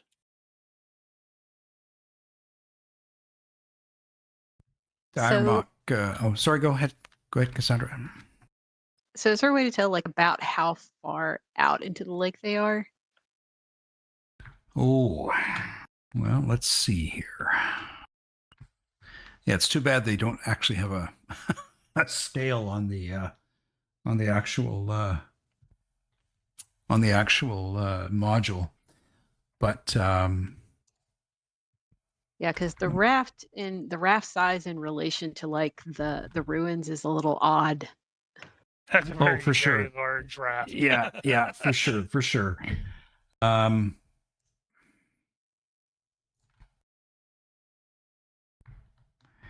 Yeah, so I'm just going to. I mean, again, unfortunately, there isn't a there isn't a scale at all.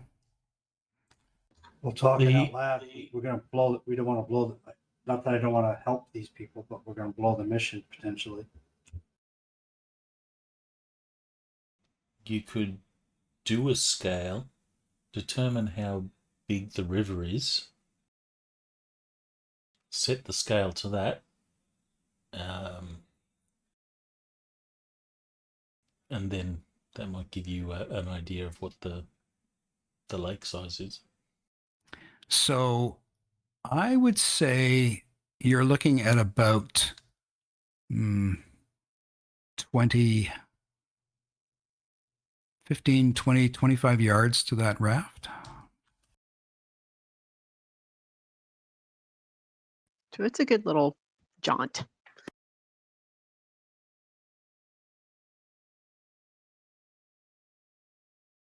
How do you mean failing the mission? The objective is to get the family, isn't it?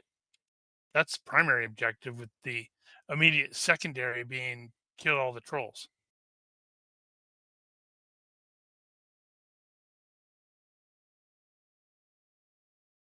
Diarmoc says, I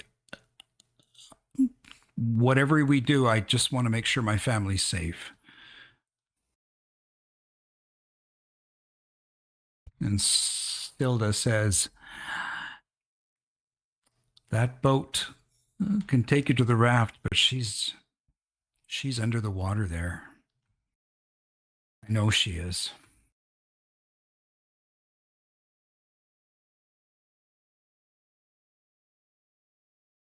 How do you get that away then? How Well, do they we get would- how do they get the raft into the boat or into the lake?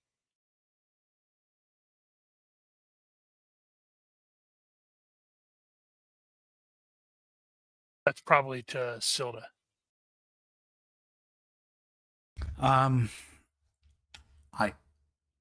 All I know is that I presume she built it.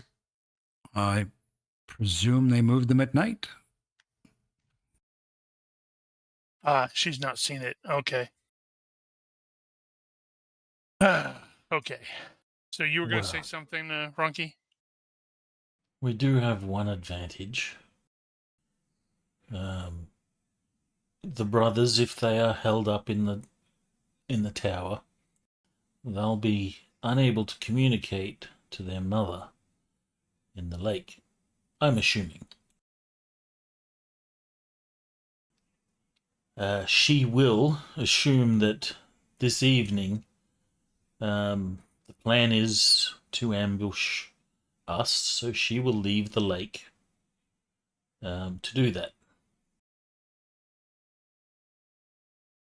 So we arrange to perhaps, as dangerous as it might be, to combat the brothers in the tower, slay them, and then when the mother, when she shows, I guess she will gather her boys to go on the ambush.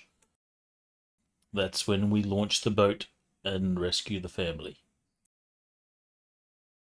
How many brothers are there? Asking Silda if she knows. I think I think there are 4 of them. Yes, 4. They all sort of look alike, but 4, I'm sure of it. This is going to be a rough fight.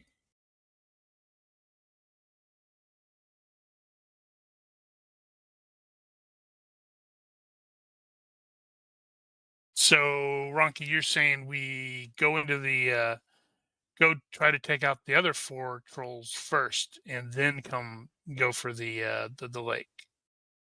Yes.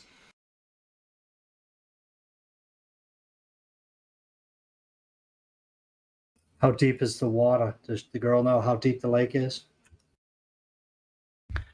I've never swam in that lake, but I believe it's very, very deep. I've never seen the bottom of it.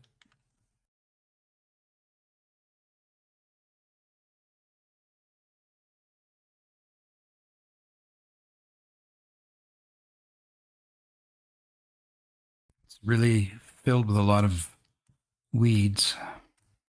See, I would probably want to try to get the one in the lake first because she's by herself. Granted, she's in the water.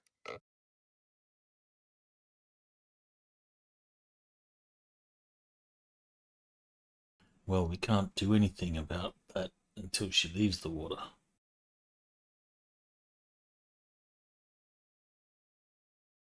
Us dwarves, we are natural sprinters, but we're not swimmers. Silda says, I'm not even sure if she'll come out, to be honest. I think she expects the others to do the dirty work. I could be wrong, though.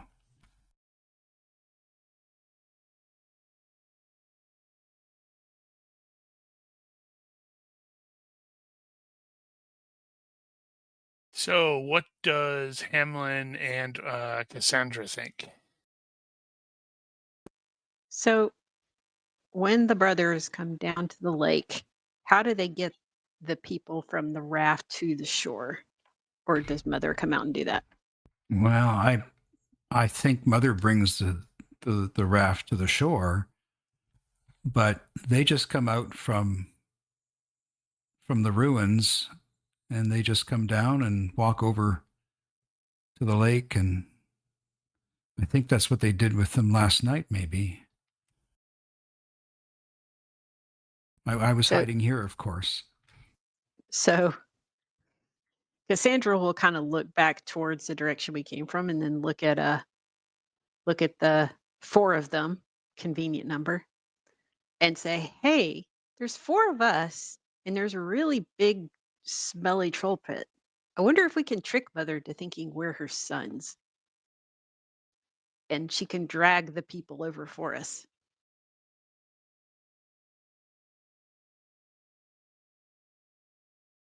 We kind of have to get smelly, though. I'm trying to figure out her thinking. Well, there's that big bear rug thing, and the smell and the bones and stuff. Like, try to disguise ourselves. Like, maybe she doesn't see good, or I don't know. Maybe let her think that it's her sons.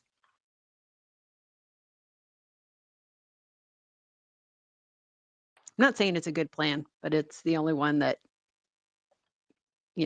Cassandra the trickster would come up with. Not a bad plan. My concern is if we get in the water, can't breathe at least I can't breathe in the water. So especially if it's weed filled, we're gonna get tangled up in that.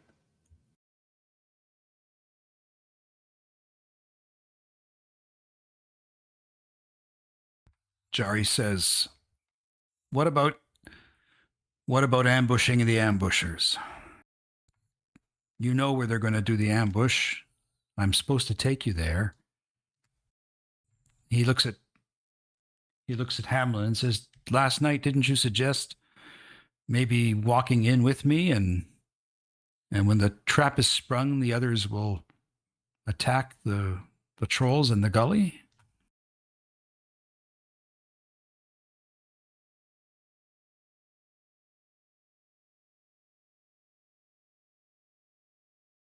Yeah.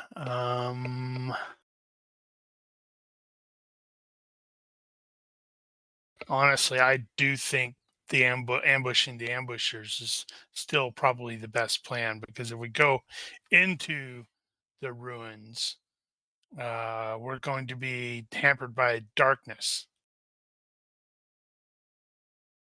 That will and be the case during the unfamiliar ambush too. terrain. No, not if they're showing up at dusk.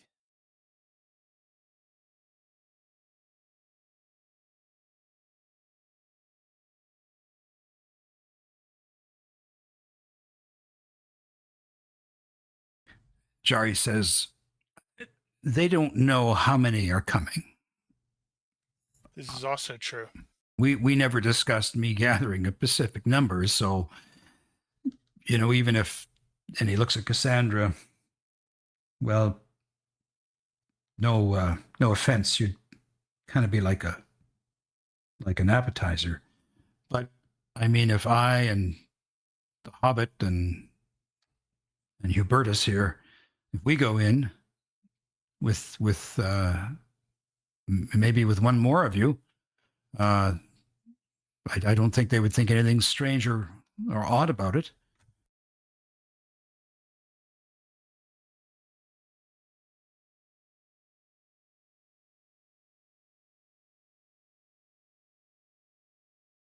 Yeah, that's still my my recommendation, because just going into an underground and basically cellars and stuff like that, that's gonna hamper at least my weapon, because I've got a big ass longbow. Silda says, the hall, I think, is very big. Oh, they're in a hall. They don't know about the secret place to get down. I do. I've gone down. It's quite large. I think they've got a big boulder rolled across something where they keep people.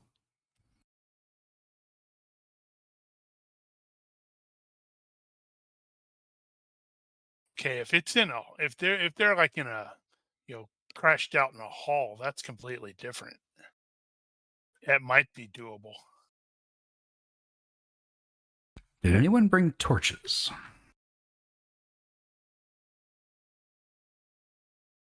That would apparently be a no based off of my equipment. Did the group basics have them? Probably not. I think group basics is, well, group basics. We can probably make some. No, Group Basics doesn't have torches or anything. And that is true. It does not.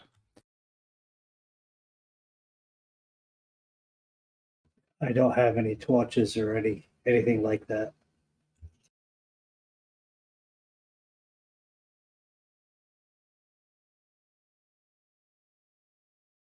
Are they likely sleeping? Do trolls sleep?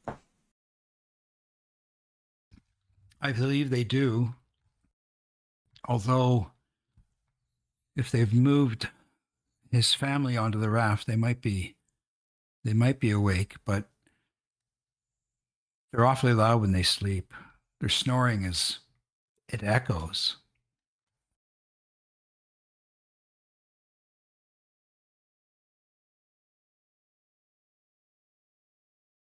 That's when I've snuck in. I only did it once. Well, we could get lucky.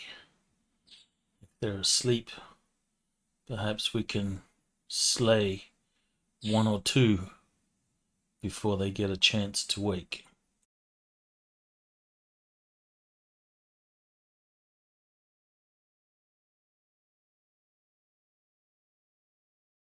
How dark is it in the hall? It's very dark. There's really no light that comes in.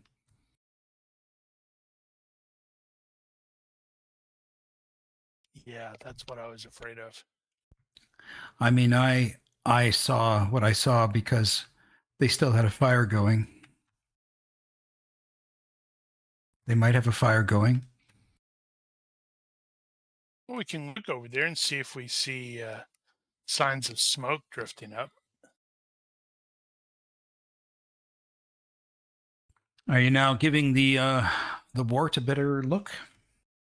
Yep. Okay, everybody, perception checks, please.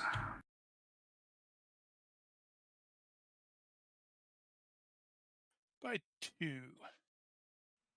By 0. By 5. By one. And Hamlin by 1. Okay. So for those who succeeded, let's see here, by 5. So Cassandra, you can definitely see what looks to be like some smoke coming out. Not curiously, from the sort of center area of the mound itself. There's a bit of white smoke coming up, but you equally see and that there's maybe somewhere over here. I'm going to ping it for you. You see what looks to be like an entrance covered with perhaps a blanket or a cowhide or something. Ooh. Cassandra will just kind of tug on Calidorn's elbow. I think I see a way in. And she'll point. And Silda says, that's not the secret way, but I've seen them look out over the valley from that place.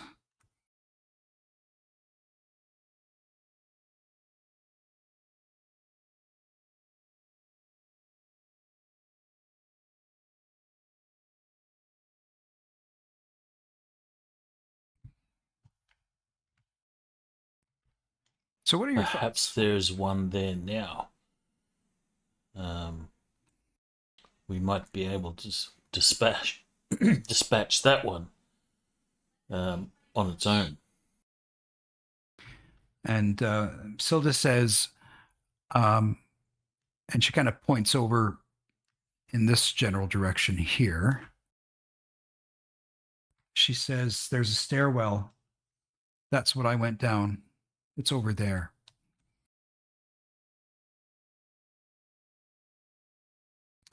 And if you recall the lore that I shared with you, they talked about this very thing, hidden ways of getting in and out of these watchtowers. That stairwell, is it visible from the troll hole? They don't know anything about it. At least I don't think they do.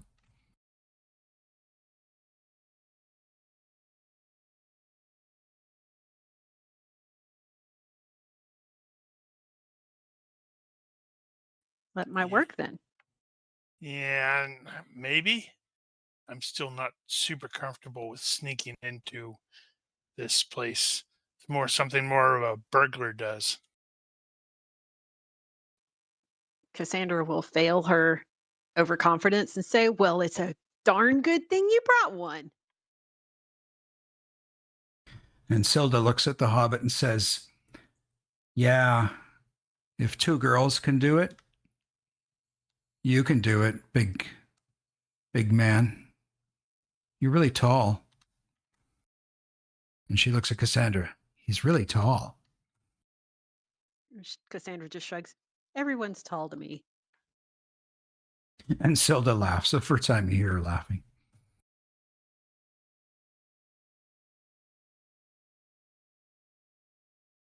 Right. So Hori wants to go into the hole. Cassandra wants to go into the hole. Hamlin's sane and Calidorn's sane. Maybe it's non-humans that are just crazy.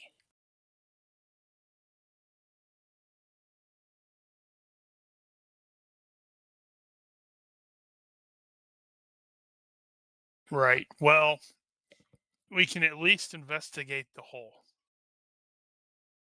And Silda claps her hands and looks at Cassandra.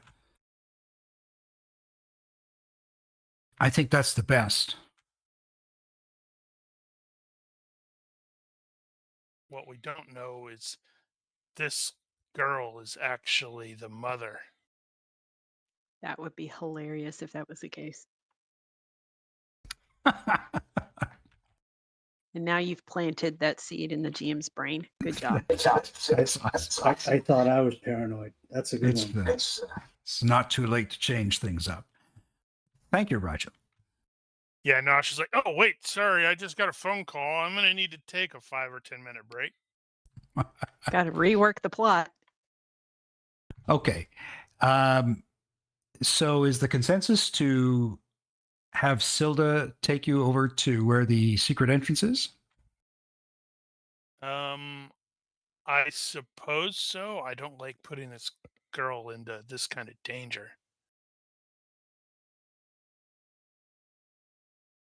Well, it won't be dangerous during the day. It's always dangerous. And It's not Silda like says, she hasn't been in danger this whole time. No, Silda that's says, it is safe so long as they're not already aware that you're here. It is safe. I'm happy to lead you there. Well, let's go forth to our dooms. And she says, this is how I go. And she talks about taking the track that you took to get here. And then she crosses somewhere where you did as well. And she comes up and sneaks around sort of this western side of the ruins to get over to where the stairwell is. That Right. way she stays out of sight of the lake. Not to our doom, Caledon. To glory.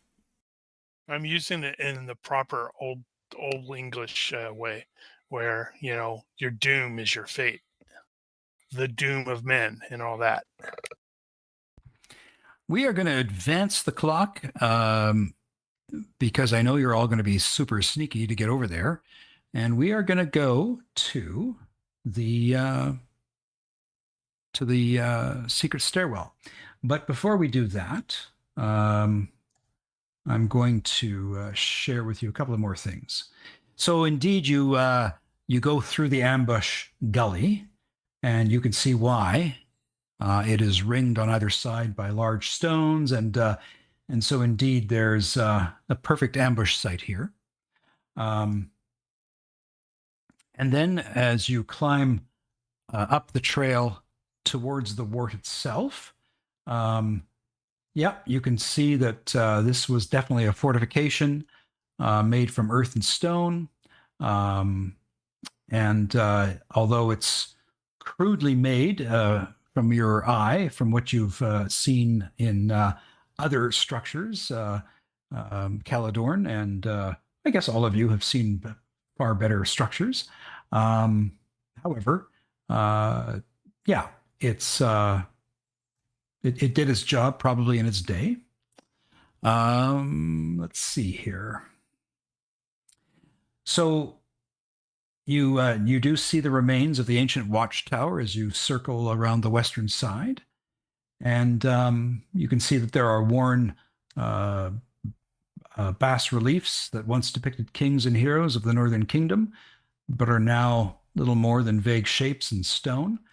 But there is one carving that is surprisingly readable.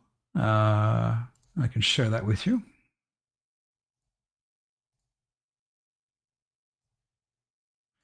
And if Is that a hobbit? Is that a hobbit?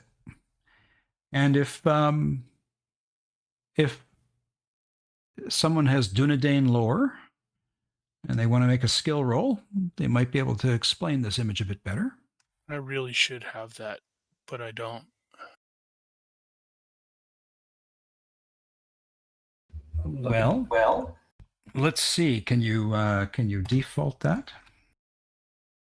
I have I it. don't know what it is. Is that hidden lore?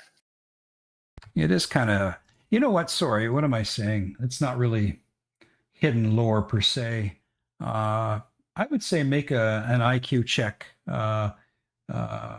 Caladorn, but let's say at -2 just to see if your remembrance of history is good. Well, it would be the skill history, so whatever that defaults to. I'm just checking. I get it by 4. IQ -6. Ooh. Oof. Oof. Okay. I will Just looking at definitely that, it's gonna be interesting to see if I was remotely paying Use some attention. hope. I ain't wasting that in here. Holy cow. Nope, you waste a critical. Okay, so both you and Hamlin recognize that this is King Argaleb II, with his right hand offering shelter to a hobbit, while his left hand is outstretched in admonition towards the east. And another pair of carvings facing west were once images of King Elendil and his son Isildur.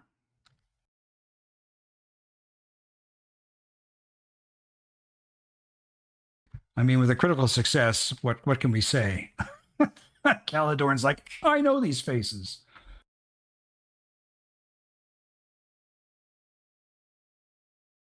All right.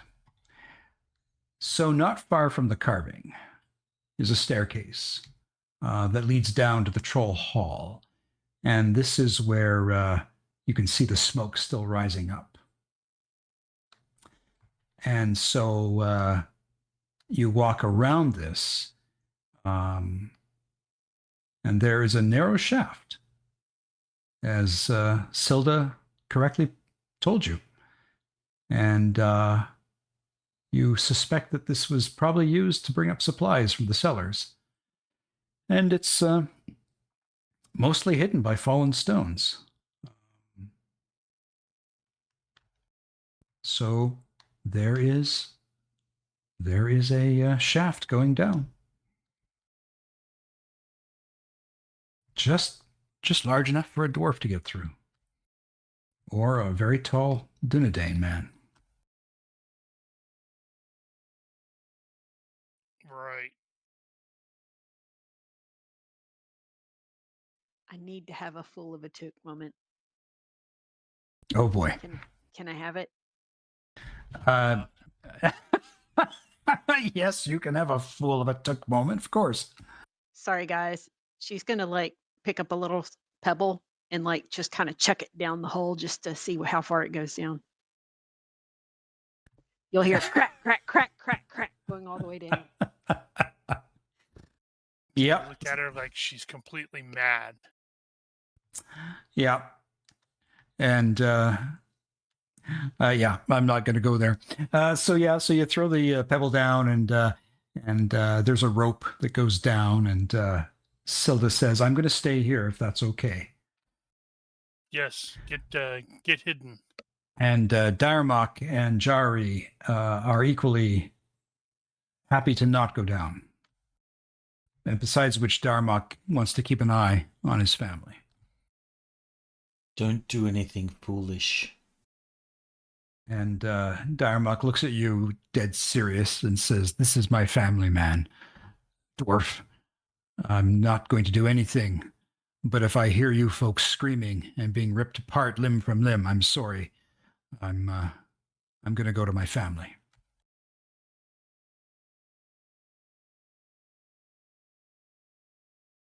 Just remember, I scream a lot while I'm killing.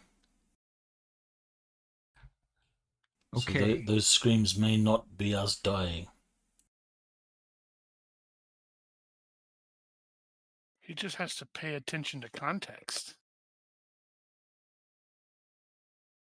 This is going to end badly. I just know it. Okay. I take it you took some time to make torches, yes? Yeah, there were trees. Okay. So we'll say you made torches, no problem. This isn't so critical that they needs rolls for creating torches. There probably was lanterns at the farmstead anyway.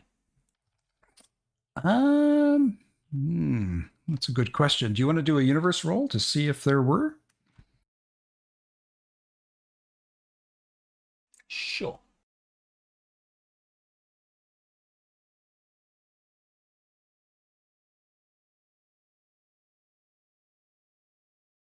Oh, the universe is cold and indifferent. We'll say there was one lantern.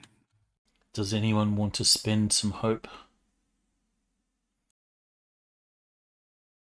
Not down there. Okay. You've got one lantern, and I'll say you've And got some torches. and some torches. Enough for each of you. How's that? Who's going first into this hole? Caladorn, I guess. Caladorn, are you taking a lantern with you, or are you taking a torch? I am okay, so what is everyone's primary weapon set? I am a bowman, so I am not likely to be using a torch. Or a lantern, carrying a lantern in one hand, or a torch in one hand during a fight. I'll go first. I can see well in the dark.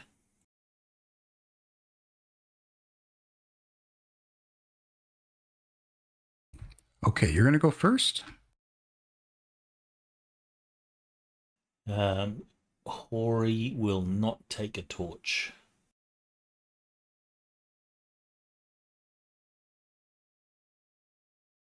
Yeah, Caladorn Okay. will totally take the lantern. It's just like when the crap starts happening, he's gonna end up having to drop it. Okay, hang on a No, second. she's a bow as well. What is Hamlin's primary fighting style? It is, I believe he has a long sword or a broadsword. He's got a broadsword. Right. And Hori is presumably an axe guy. He is. He likes axing questions. All the time. Okay, so Hori's going in first? Yes.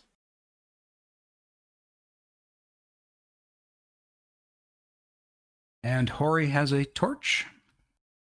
Or a lantern? Hori has night vision 5, so he will use the ambient light of someone with a torch from behind him. Okay.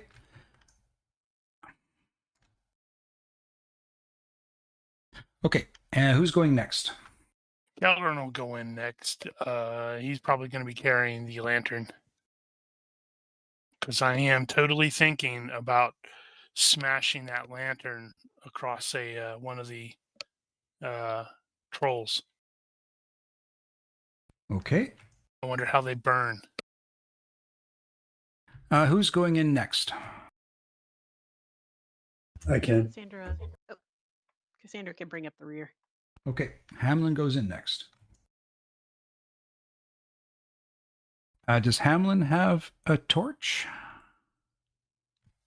Is there a way to see without? I would have made one, but I guess I could have it. I could not use my buckler and use a torch and longsword.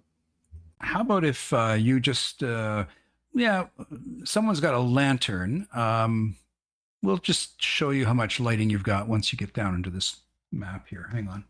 And Cassandra's bringing up the rear.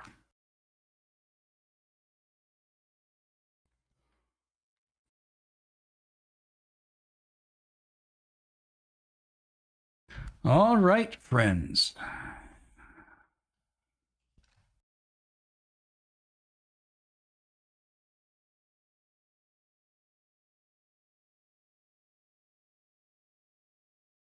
Have you all seen the map? I see something of a map. Yes. Okay.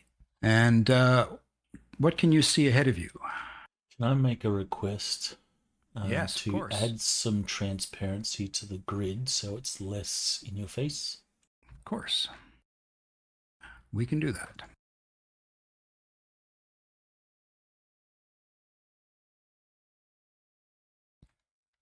How's that? That's fine for the dark part of the map. You might want to increase it just a little bit. Over here, you can barely see it. That looks good. How about that? No, that's in your face again. Yep, that's good. How about that? Okay. All right, so you can see a hallway in front of you. Is that about all you can see? And you have to unlock tokens. Yep. Yep. Correct. Okay, hang on.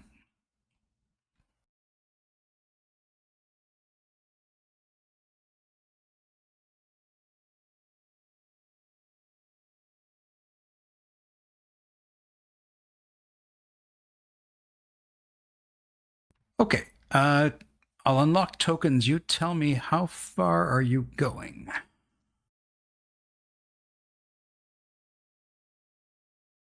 Start with Hori. How far are you going to go down this hallway? Well, Hori intends to go the whole way, but he'll be ahead by 3 or 4 yards. Okay. Make some, at least make a stealth check as you're moving up this hallway. Just one stealth check apiece. You can make it at a +2.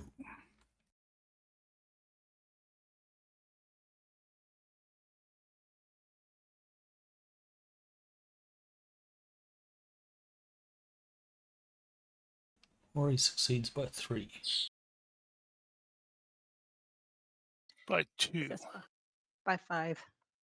Okay, and Hamlin. Took me a second. Success by 3. Okay, everybody made their stealth checks. We're a sneaky bunch. Okay, why don't you move yourselves up to behind Hori then? I'm gonna make a test here. That is interesting. So what I just noticed is this. Damn it! Cooperate. This area here was darkened, and then once I moved up, it cleared out, which you expected. But when I moved back, it didn't go dark again. Yeah, I don't know why that does that, but seems to remain. So It doesn't go dark, but because it basically shows the map that you've uncovered, but I don't think we're using lighting. So if you turn on lighting, then your visibility will change. Let's see. I mean, it's no big deal. It's just something I happened to notice. I thought it was interesting.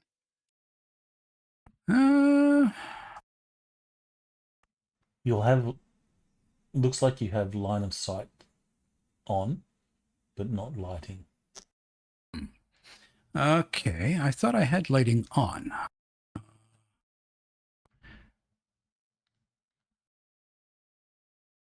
Interesting. It's always irritating when it doesn't work exactly the way you want it to. Does that- Okay. So I've enabled, I think I just disabled lighting. I'm going to try and rename. Yeah, lighting is disabled. So now it should be enabled. Okay. Or you can still see a long way. Yep. Okay. So Hori, can you see any creatures at this point? I can see one troll. Okay. Am I hearing snoring? Yes, you are.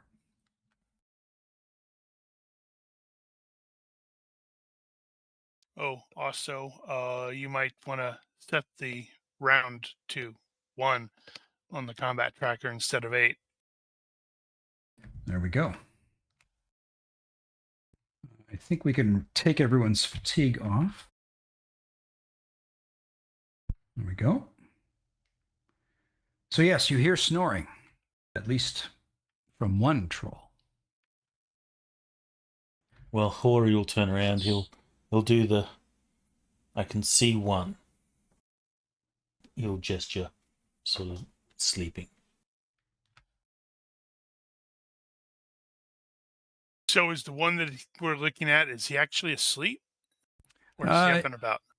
No, he's got his back to you and he's not moving. And that's where you think you're hearing the snoring from.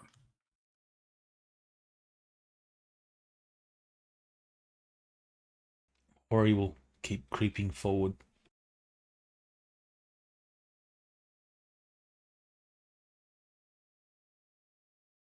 Okay. Yeah, this will be interesting.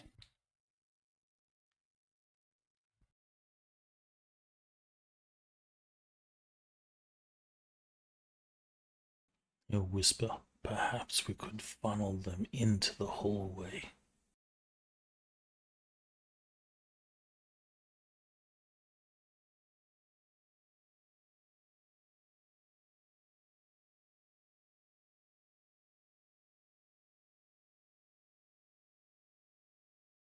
Okay. How far are you going to go in?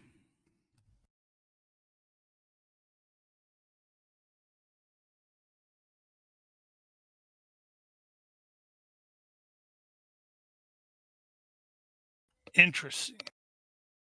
We've got a setting, I think, on there. I'm not saying necessarily change it, but if I deselect my character, I see more. Yeah, if you deselect your character, then you see what the party sees. So noted. I have to keep myself selected.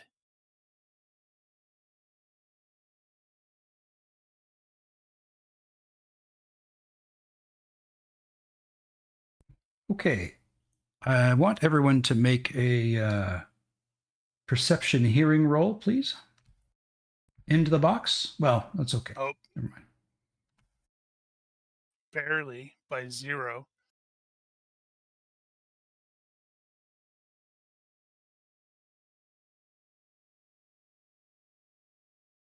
That didn't work. By Wow. 4. You don't have the Interesting. box enabled. Yeah, I'm about to say I'm actually seeing Hori's results in the box or in the tower. I don't even have a tower. Where The is tower hasn't been enabled. Ew. GM fail. GM fail. Yep. Doop doop doo doo doo doo doo doo doo doo.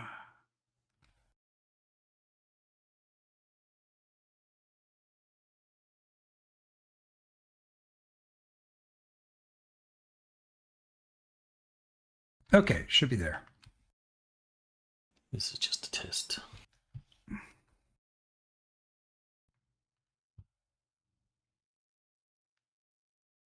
Why is it still showing? I don't know. No, I'm trying. I modified the rule set so that you hold control and it would make the roll hidden.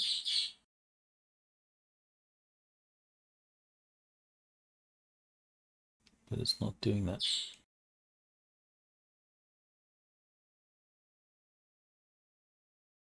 All right. Okay. I'll roll in the box then. Yeah, please.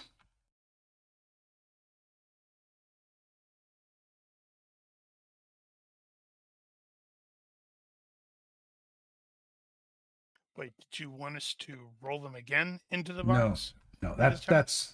that's fine. Did anybody fail their perception check? I did not. Hori No. did by 3. Okay.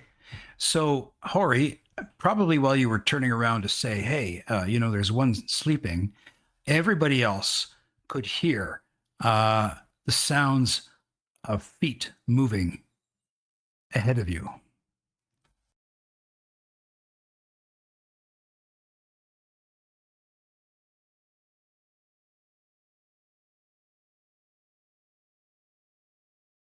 Brett row. Like big feet, little feet. Big feet. Cassandra will be like from the back. I hear something. I hear feet. I'm going to be hooking that lantern on the peg on the wall.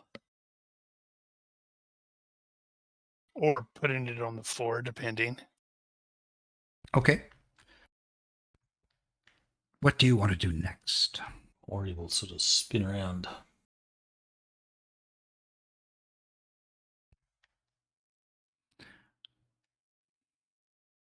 Does anybody have impulsiveness or any disadvantage that would force them to have to do something? Cassandra's got curious and overconfidence. I'm wondering if she's going to try to like hoist herself up on the wall or something, like find a perch so she can see because she's at the back of the group. Right. So, Hori, She's Spider-Manning. the Yeah. stone troll you see in front of you is still snoring away.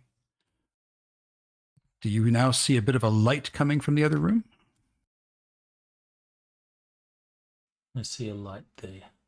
Yeah. So that looks to you like it's like a fire of some description.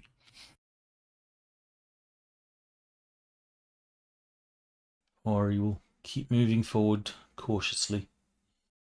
He expects a club or something to come flying at him from around a corner or something like that. Okay.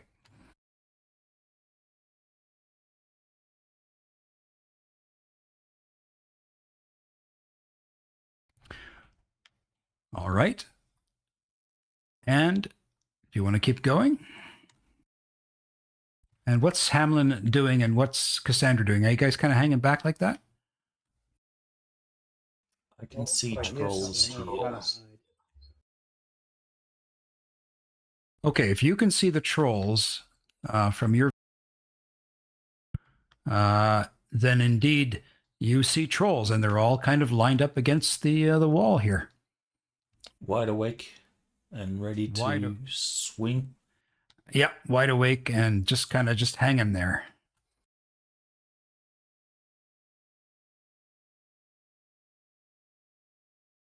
I told you that girl was the bad one.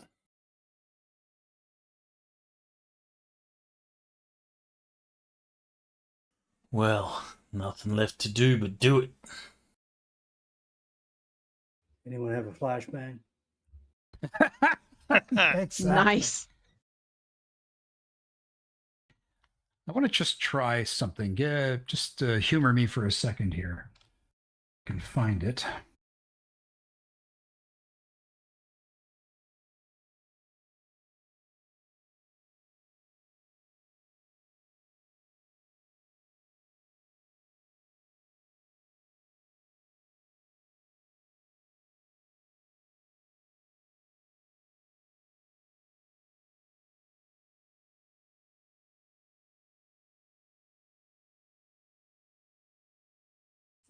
Yeah.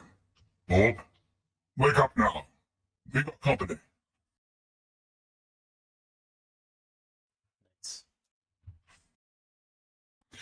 And sure enough, Stone Troll Robber 4 wakes up. Do I still sound like a troll? You still Yep. sound like a You do. troll. You should leave it like that because it's funny. Excuse me. The GM's against us. I knew it. GM's a Okay. traitor. How's that now? Is that better? Nope. You're still a troll. I think it is better. How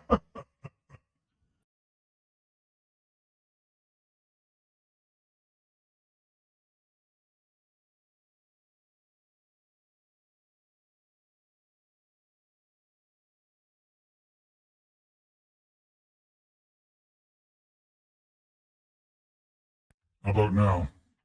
You're still a troll.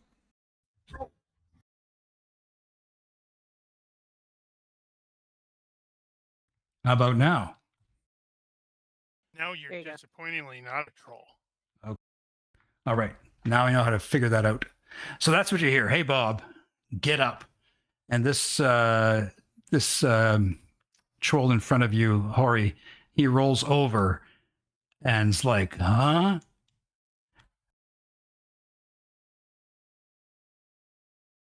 And a troll comes around the corner. And he's got a maul in his hand. And he comes around the corner and says, "What's this now?" All right, let's go into combat. It's your birthday. I'm a Caledorn- dwarfogram. Caledorn, you're first up. So I think you put the lantern down, correct? Yes, that's interesting. I'm noticing the weird circle thing on my character. You can actually on the map. change that. I've not seen that before. Okay, that's the That's a new that's the feature. initiative. That's the initiative indicator. I think it's kind of cool. You can change it. Yeah. In the options. Do you want it on or do you want it off? It's fine for now. Right. So he put the torch down, or not torch down, the lantern down. You said there's a fire in there, so I can see the sleepy guy. I'm going to be operating on the presumption that we were not idiots as we're approaching in here, even though we're stumbling into what appears to be something of a trap. So he had the bow in his left hand with an arrow strung or knocked, but not not drawn back. So I think he is going to shoot at that troll. Okay.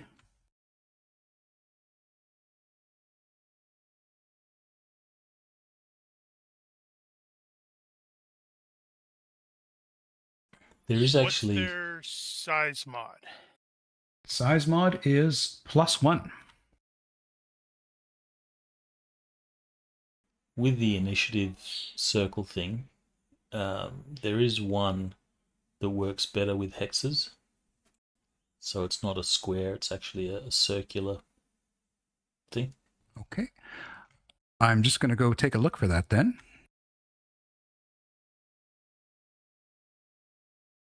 That's good because I was like scrambling to get some things open that I realized, crap, I don't have open.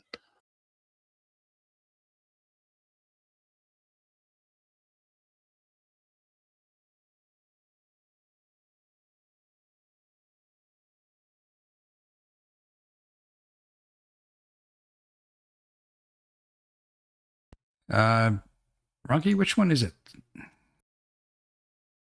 It's a circular one. So it's still animated, but it is a circle instead of a square.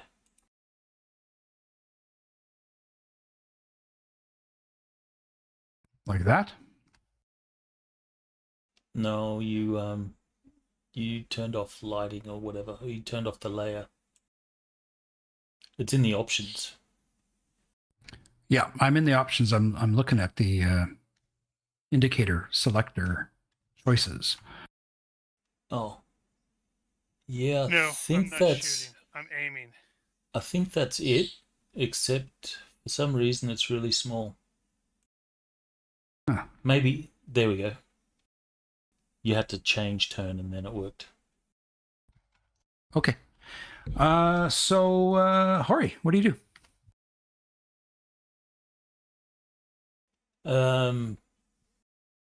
So we haven't had a chance to wait or anything like that, have we?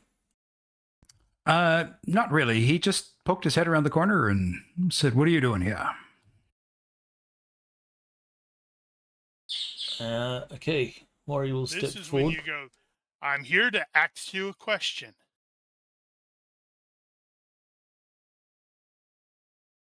Hori will step forward. He'll say, Dwarfogram, I have a message. I have a delivery for you. And he's going to... do these guys wear armor or anything like that? No, just clothes. He's going to probably hack at the only thing that he can, which is the leg.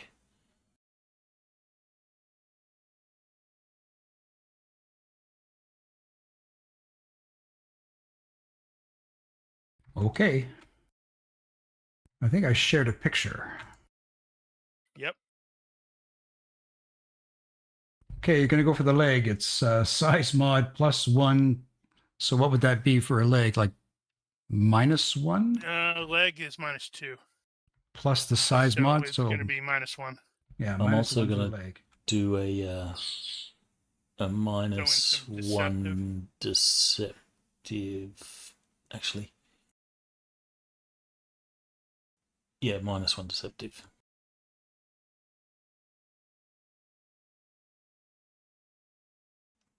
So that will hit. Hatchet? Really? Yeah, I need to use my shield. You can use a shield with a battle axe. Yeah, but my only other axe is a great axe. Gotcha. Okay, so the deceptive, what does that mean? He's now going to be... At -1 to defend. You should have taken a -2 on your attack roll for that. Remember, it's 2 for 1. I don't know what the -1 was for. So you went for leg, -2. Deceptive, -2. So that's -4. So you would have been at a total -3 with the SM. I mean, you would still hit, but... Yeah, Okay, but so I'm he'll not be- sure what that -1 was for because I didn't actually do the deceptive. Okay, so he's Well- going to be at -1 to his defense then? Yep. Okay. He's going to try and dodge. Ooh, he succeeded by 1.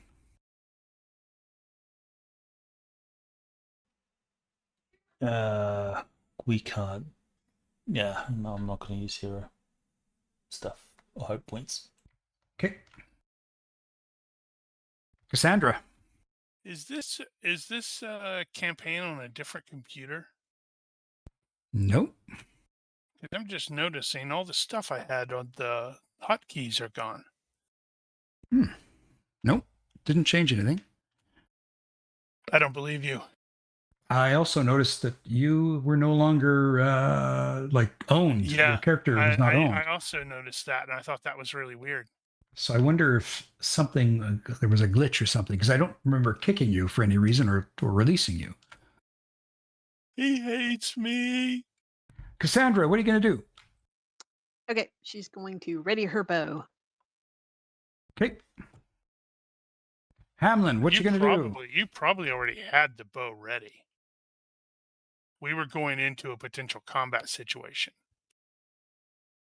Well, Okay, since I was assuming she was holding one of the torches. You can do that. You got 2 hands. You can hold the bow in your left hand and torch in the other. Okay, so assuming she had her bow in hand already, she will fast draw an arrow. Okay, roll that fast draw. Success by 2. Excellent. Okay. Hamlin, what you doing? Well, I'd like to move forward, but I don't want to be I don't want to cross paths and screw up the aim that this guy has. That's fine. You just move over there.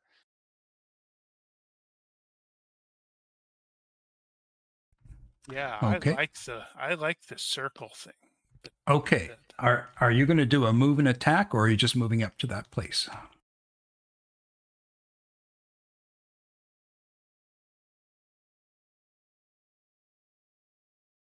Sorry, I forgot to hit the button. Hori did attack, so I'm going to attack. Okay, so you're doing a move. Yeah, Move and move and attack. attack. Okay, so -4, but -3 actually because of the size of the creature. So Unless -3. he burns a fatigue to make it just a regular attack.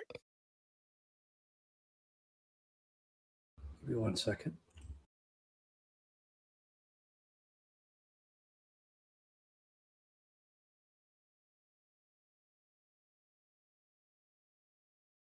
Okay, so we've got a possible hit.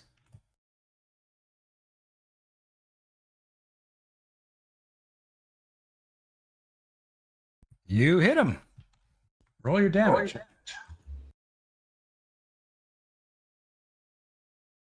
All right, 7 cutting. He's got a DR of 2, Oof. so that's 5. So that would be 7. 7.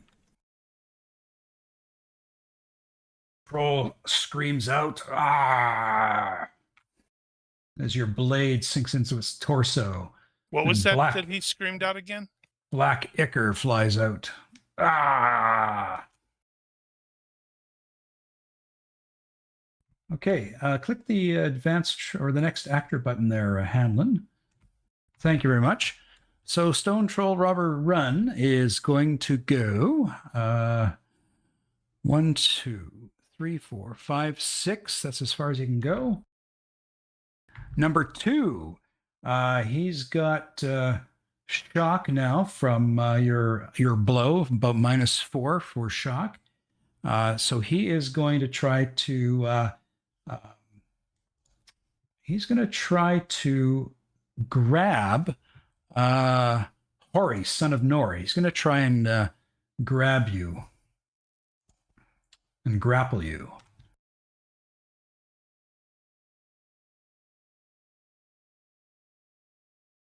You have no size modifier, correct?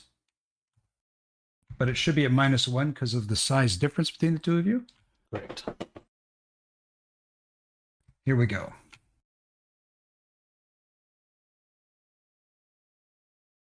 And he misses you. His big maw just swipes past you. Stone Troll Robber 3 goes. 1, 2, 3, 4.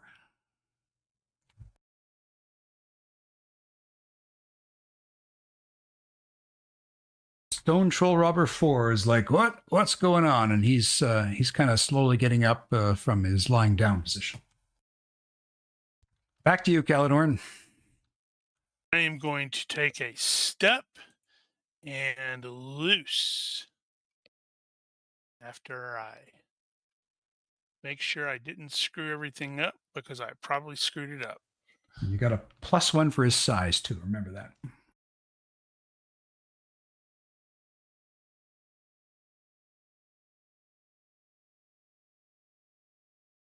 Okay, let's see if this is going to work. I think I screwed it up. Hold on, sorry.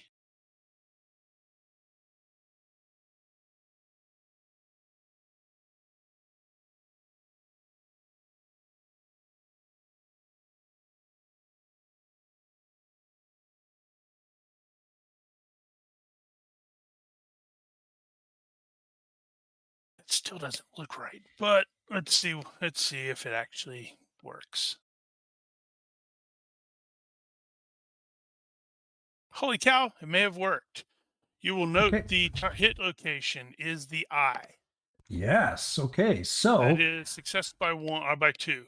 I'm going to say that he did not have any idea that he was being targeted. I think that's reasonable. He's waking up. He's rolling over. Oh, what's going on? So roll your damage. Oh, max Wow. damage. Okay, let's see. Now I got to remind myself. You shoot somebody in the eye. Okay. What is the stuff? So I believe that just basically, goes straight to the brain. yeah. So it's going to do 4 times the damage you rolled. There's no DR because it's his eye. So you did 32 points of damage to him. Yep. And I do know he is at a -10 on the knockdown. Just got to get the number 4 here. So you did 32 points of damage. Message for you, sir. So that takes him to -12 hit points right off the bat. He's got to do a roll against knockdown, and that's going to be a -10. However, he has high pain threshold, so that I think knocks it down to a -7. 7.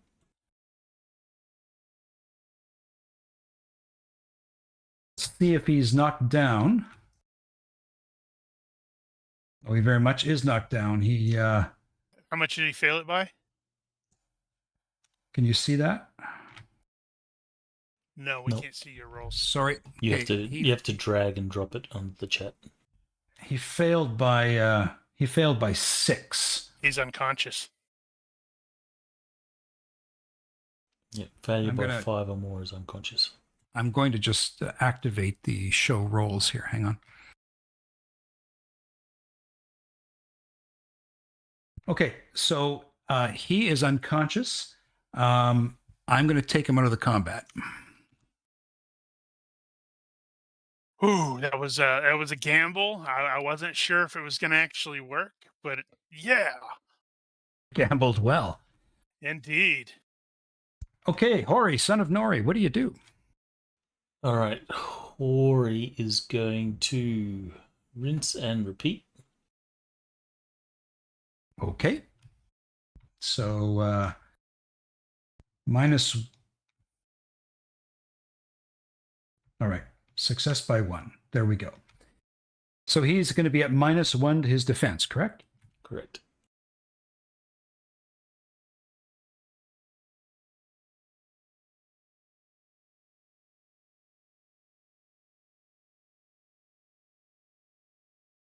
Ugh.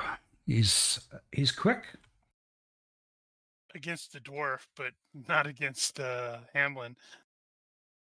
Cassandra, what do you do? She is going to think that Caladorn is so cool because of what he just did. And so she's going to try to do the same thing. So she's going to aim at Stone Troll Robber number 3. And that's her go. Okay. Well, since we currently don't have a proper elf in the group, somebody's got to do those ridiculously impossible shots. Okay, Hamlin, what do you do? Don't expect me to crawl up Oliphant, though. I'm going to poke toward the torso. Just a Okay. standard hit.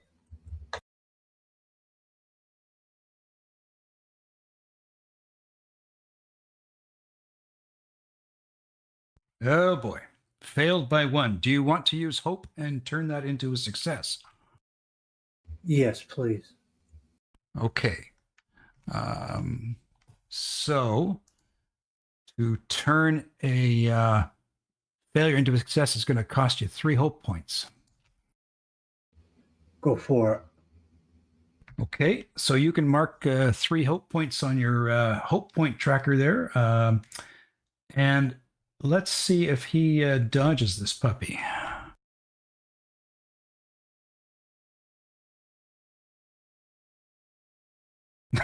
He fails. Good Lord. Okay, go for your damage. I'm super amused that that troll has been dodging Hori like he's not even a threat, but can't dodge anything from Hamlin. It was funny. This said crush. I was hoping it was impale because I wanted to cause more damage, but I said I was going to do a thrust attack. So here we go. Yeah. So there's also we have the tables. Let's see. That would be the chest, I believe. Yeah. Well, it yeah, can't let me drag and share that.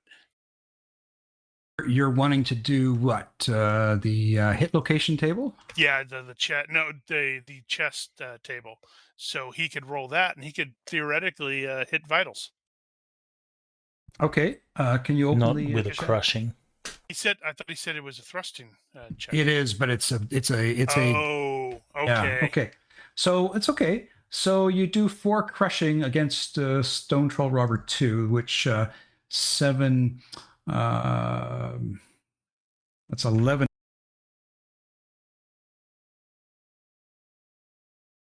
No, it would just be 4.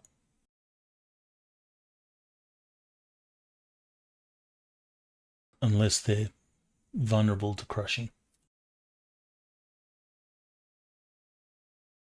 I think he cut off mid-sentence for me. I wonder if he's having TeamSpeak issues again. No, I'm not. I'm just having almost 55-year-old brain issues.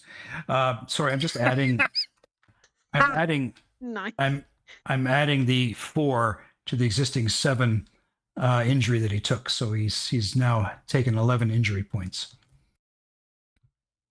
Okay. Stone Troll Robber 1 is going to come around.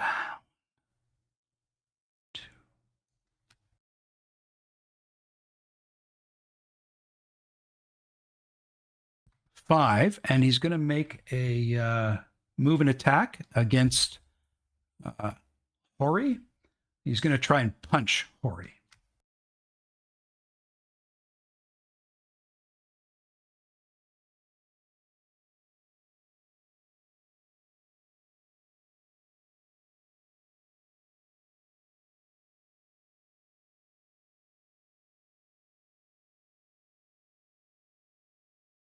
Success by 1.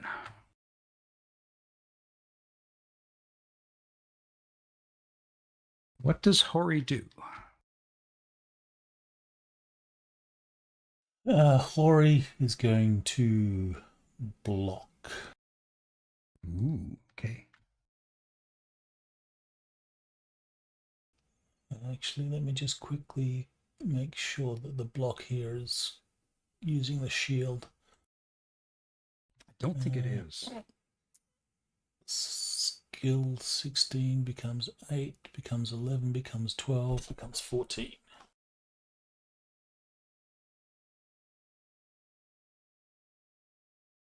All right. Yeah, get the shield up and block the big fist from smashing down on you.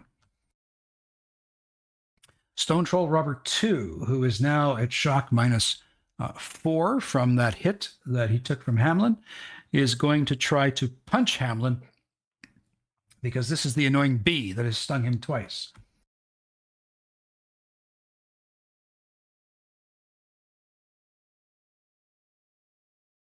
Come on, ice cream. Miss.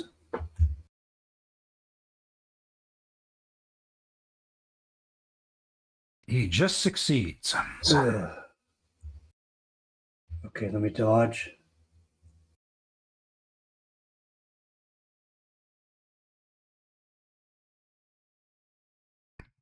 Okay. You want Use to some spend hope. more hope? No, I'm going to take it like a man. Oh my gosh. All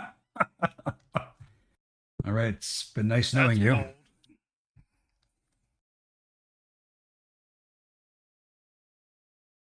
That's 10 crushing on you.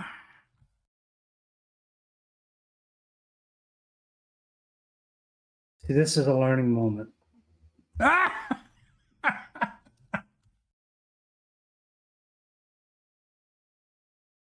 Hori will sort of shrug and go, "Yep, he took it like a man. No dwarf would take that." So, I get 2 health left then. so you, no, you should be, I gave you 10 injury. You should be down to 5 hit points. However, you'll have to roll against your health because it was a major wound. Does he have any DR? He's got, that's a good question. He's got DR of 1, but it's asterisked. It's a leather Still, jacket. in this case, it's still. It just means that's flexible. So he would have. Yeah, he took 9. So you took 9. You made your health roll, so you're not stunned or knocked down. Definitely thinking that was a bad idea. But you will be at -4 for shock your next turn. Yeah, I may step back just a little. Stone Troll Robber 3. I'm going to do a little perception check to see if he figures out that he's being aimed on by the Hobbit. I mean, she's pretty small. He apparently does not see this at all because of the big brothers in front of him. However, he decides to move forward, and he is going to try to see if he can wiggle in here. He wants to really smash something. Hurry up! Caledorn. Okay, so I have to do some stuff here for Heroic Archer. Step 1, fast draw. That is success by 3, so I was able to fast draw the arrow. Now I need to make a bow at -3 to see if I can insta-ready this. That was success by 2, which means I can actually attack at at -3 right now. Okay. All right, so let's see here. All right.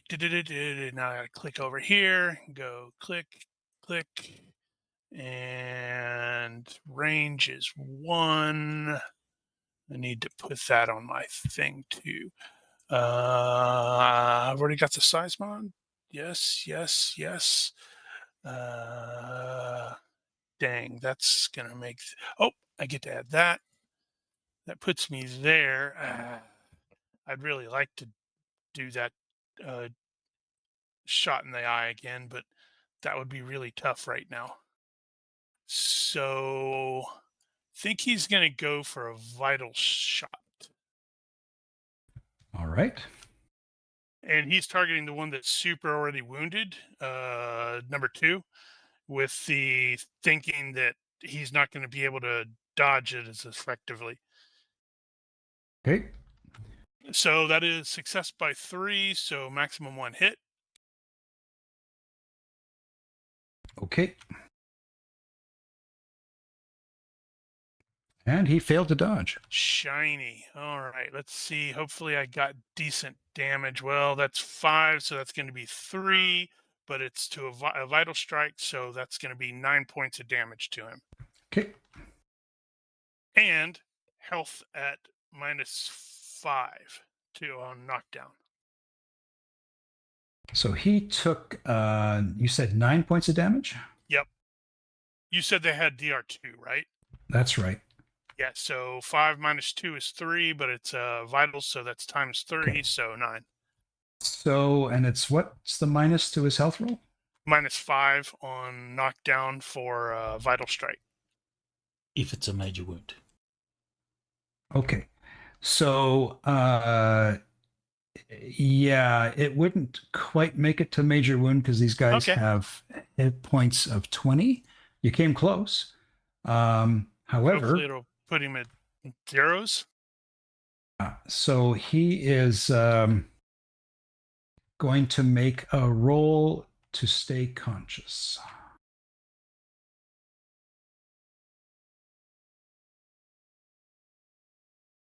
And he fails by 2, so he goes down. I'm kind of mooking these guys for what it's worth. Nah, we're just that awesome. I think Hamlin would beg to disagree with that. Okay, Hori, son of Nori. You see this troll just kind of fall back as an arrow sinks into its guts.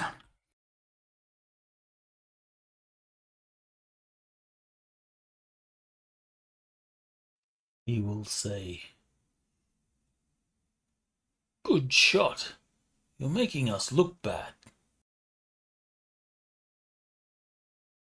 Yeah, I totally can't wait until afterwards where Hori looks at the first guy I shot through the eye. I'm going to rinse and repeat on this guy.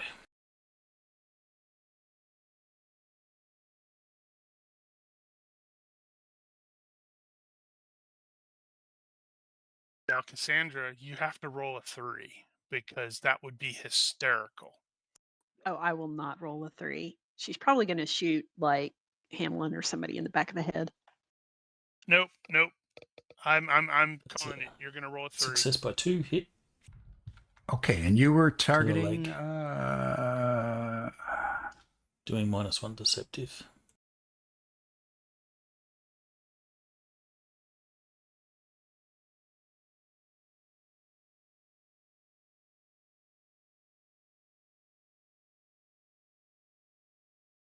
And he failed.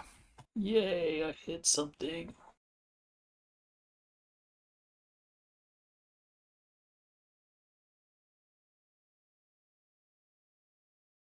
Ooh, 7. Cutting, -2 is 5, 5, 6, 7. Okay. Not enough to cripple the leg. Nope. But you sink your hatchet head into his leg, and he lets out this scream as black ichor spurts up over your axe head. Cassandra? Okay, I think I have all my mods entered except one. So there's a -1 for the size mod, right? For theirs. +1. Plus 1. 1.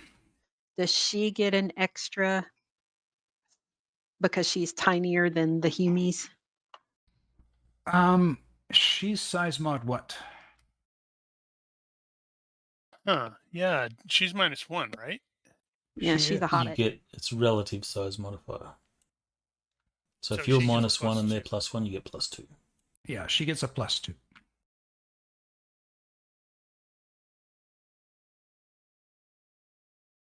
Okay. All right.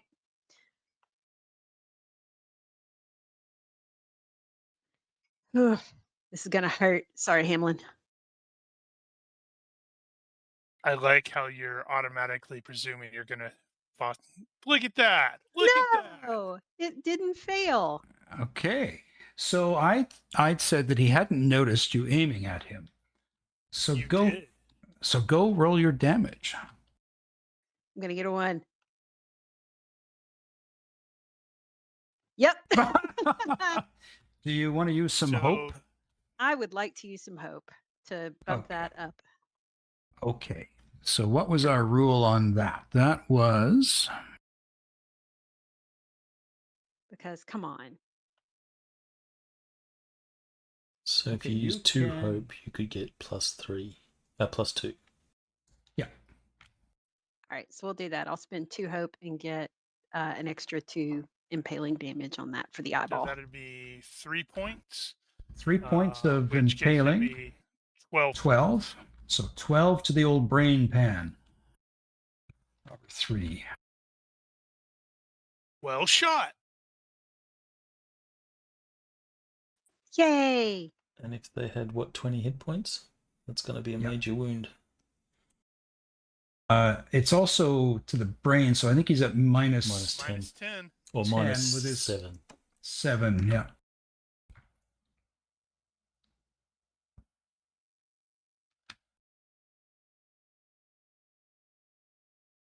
Fails. He goes down. Ooh. She's Man. like, I can't wait to tell Cousin Bilbo about this. Yep. Okay, Hamlin. All right. Now the guys who are down, do they look dead or they're just down?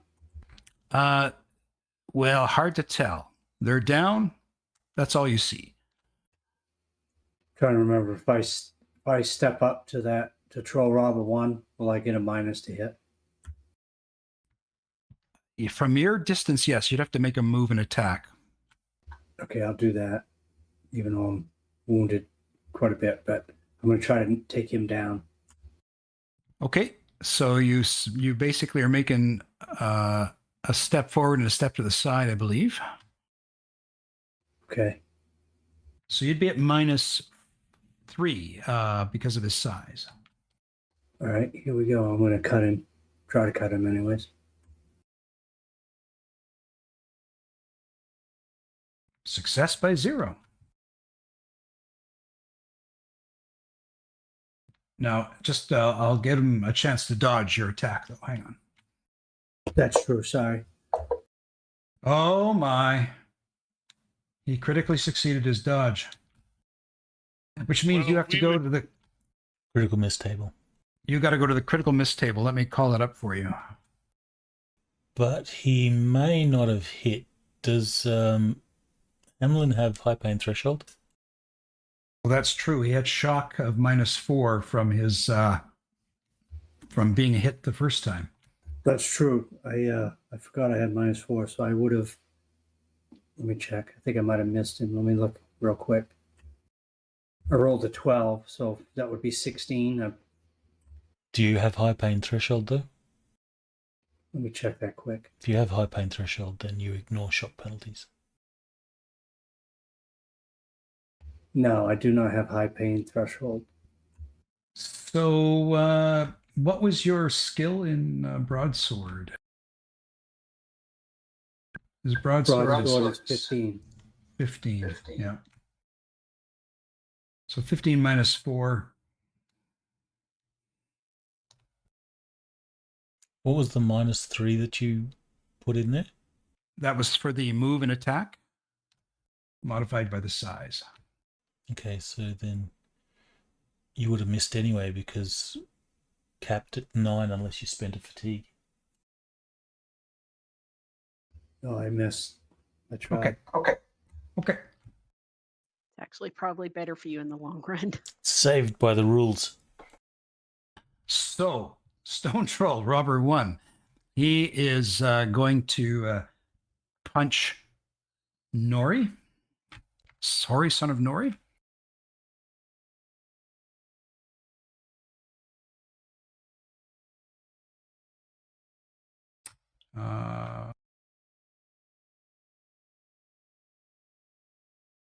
Ooh.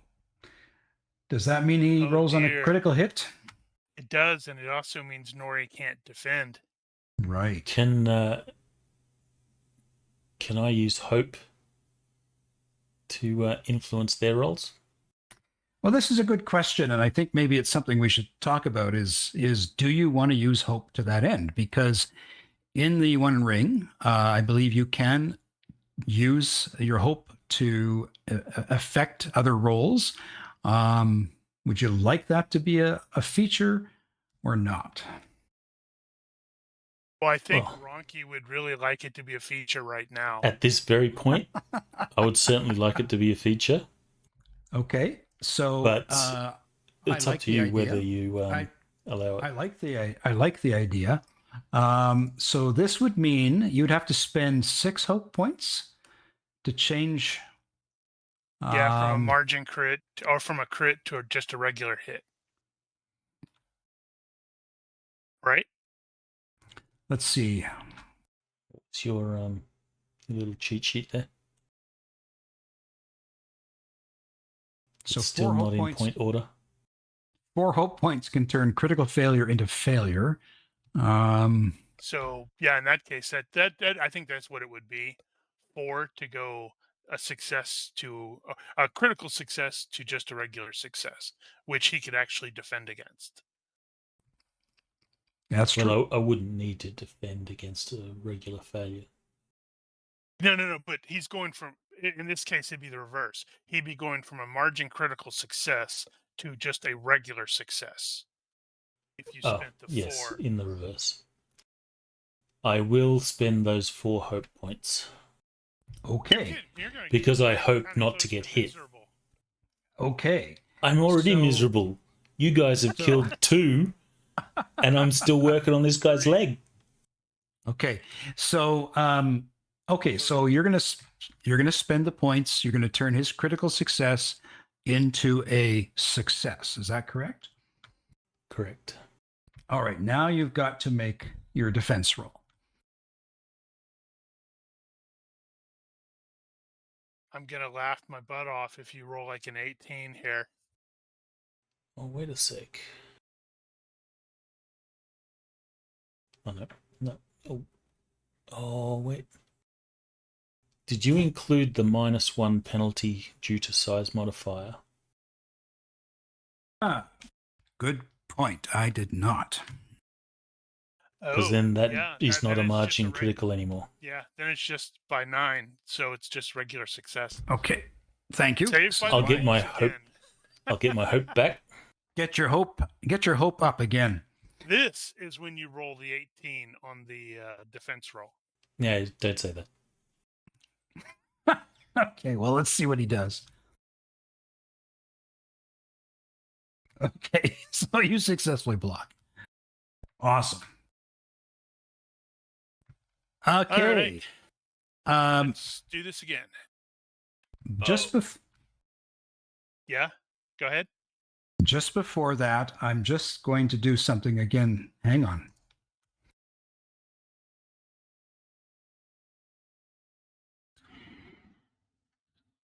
What now have you done to my sons? Alrighty. I'm coming for you now. Don't go anywhere. I can make some more plans when the time is right. And your little dog, too. All right. I do not have a particularly great chance here. Well, I mean, yeah, we'll see.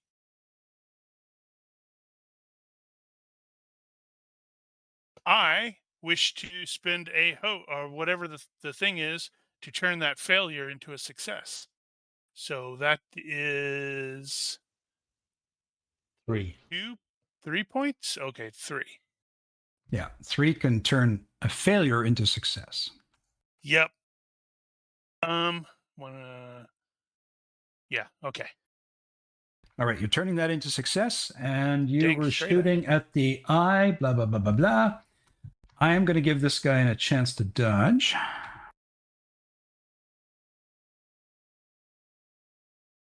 And he does. Boo! Boo! I wanted to, kill steal for against Tori again. Hori, your turn. All right, Hori's going to rinse and repeat on the other leg. Actually, no, he's going to go for the foot. And he'll say, the bigger they are, the harder they fall.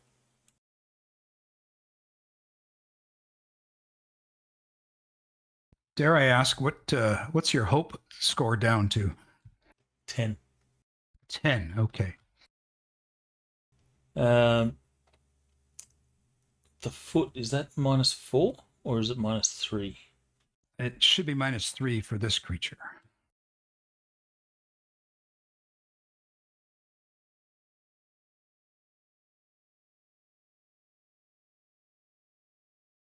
Okay.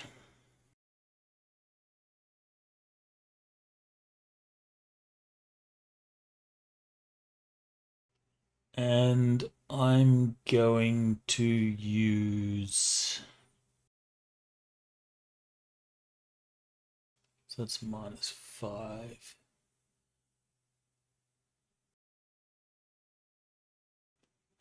Ah, damn it.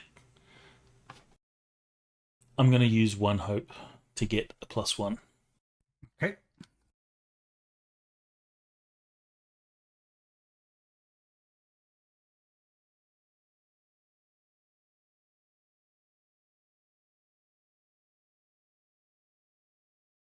Didn't need it. Okay, success by 4. -1 on his roll.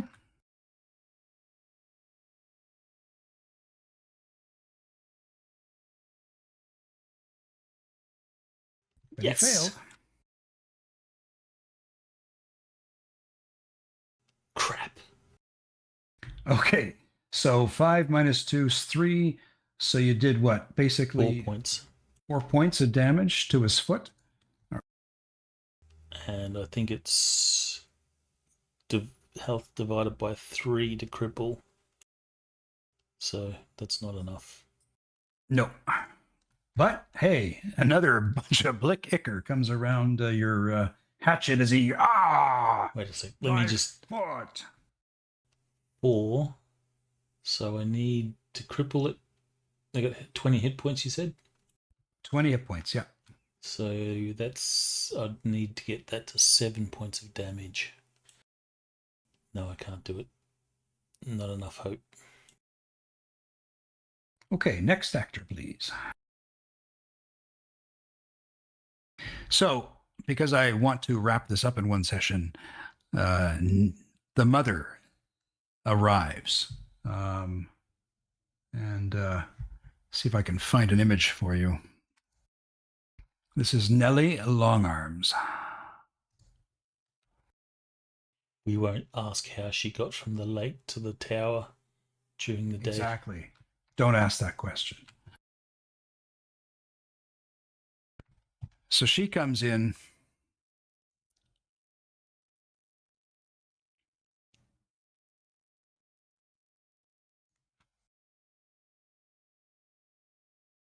And she, as I said earlier, with her voice, says she can make more sons, and says something about wanting to eat all of you. She's saving the others for an appetizer. Cassandra. Where is she?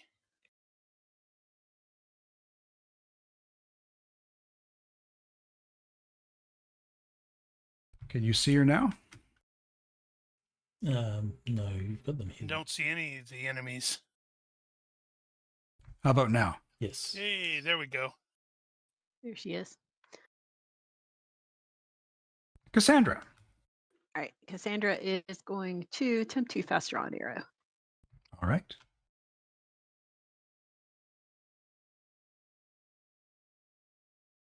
Success by 4. Excellent. She will. Is that like her action, or can she fast draw and that's it, right? I don't know. Do you have heroic archer? Oh no, she's Then not yeah, like that.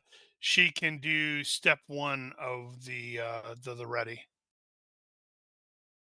because it's normally draw, knock, and ready. So it's normally you fire every 3 rounds unless otherwise. And in case you with this, you would be firing every other round.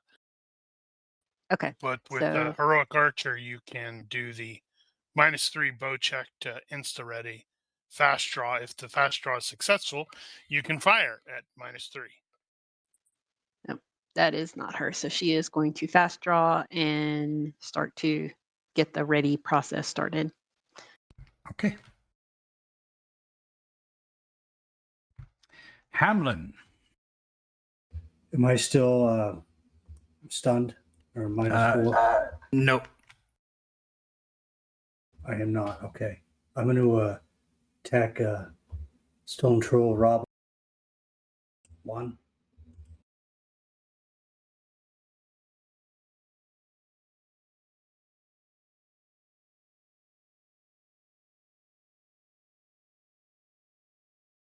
That's right. Sorry, he gets to dodge. Forgive me. Yeah.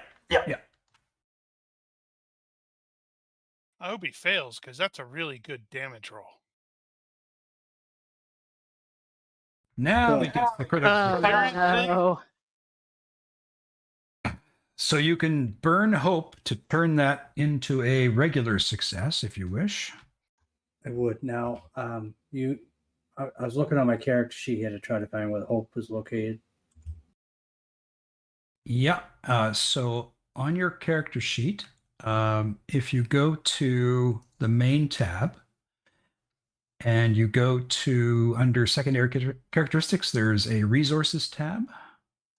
Oh, there it is. Hope points. So I got to take 4 away from that. I could take 4 from the last time, so I'm -4, so that's 11. Okay. And how many hope points do I have to burn? To turn this into a regular success, that would be, what did they say, 4 points? I think that's Oh, correct. Okay, Yep. so I'm down to 7 hope points. Okay. So, yes, now you can, you made you made him basically do a success. So you now have to Nothing. nothing, He right?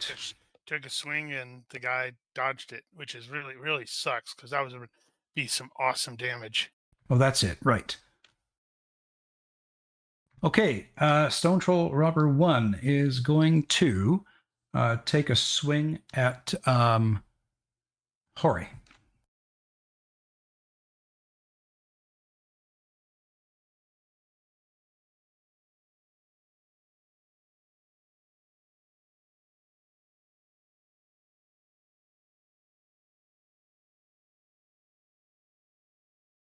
So I gave him a -1 for the size mod, so I think that's a success.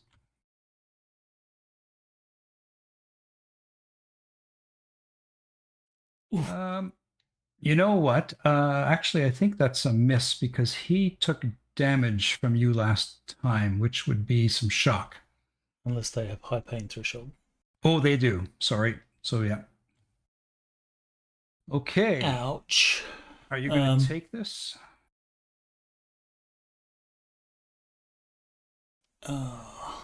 No, I'm gonna have to spend some hope. Now I can't spend hope to get a +1 because I can't do that after the fact, right? Yep. So I'll have 3 to spend 3 points to turn a failure into a success. Should have retreated, damn it. Okay. So he misses. Yep. Caledorn. Right.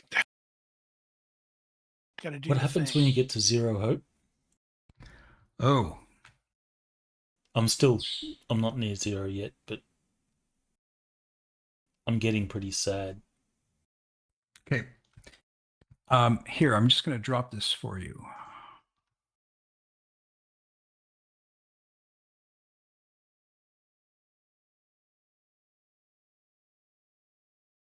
So you haven't gained any shadow points yet. But Um, once have your shadow points reach your current hope score, you become miserable.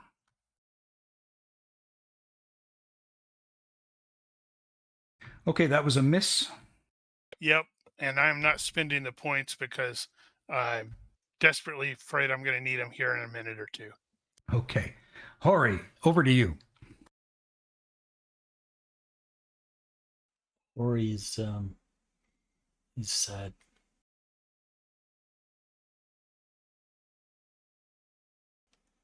Gonna have a go. This time the other foot. Okay.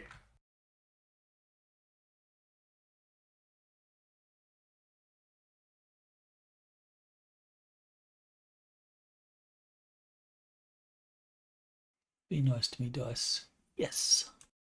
All right. Let's Succeed by 2. see if he dodges. He fails. That's better damage. All right. So 8 minus 2 is 6 6. So becomes 9. 9. So that should be enough to cripple his foot, I think. Yes, so he'll take 7 points of damage. Because that's the maximum he can take. To a foot. I'm going to have him do a dex check, or does he fall down automatically? He falls down automatically, and he also needs to make a knockdown roll. Okay.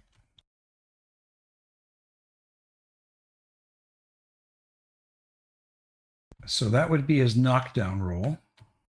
So he's not affected, but he does fall prone. Okay, so he's prone now. His mom is going to stomp on his head in embarrassment. Okay. He's making her look bad. There we go. So Nellie.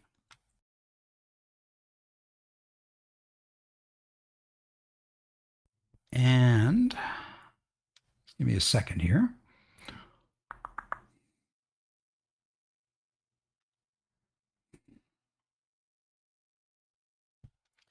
All right. So Nellie, she. Give me a second here, please.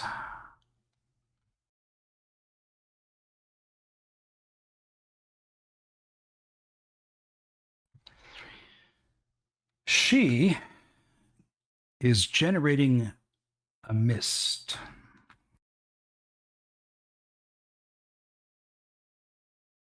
That's one polite way of saying it. Uh-huh. If she saves me, I can help her make other troll children. You.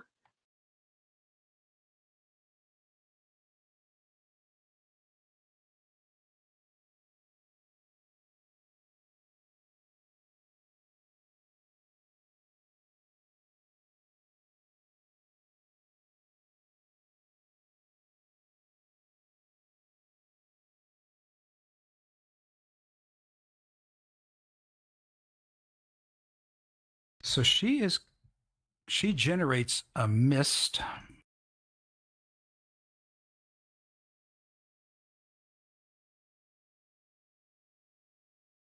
Or he will go, oh, sorry. Sort of like this. Okay. Yeah. So this mist rises out of almost nowhere. And so those of you who are in it, so that basically this is mystic mist.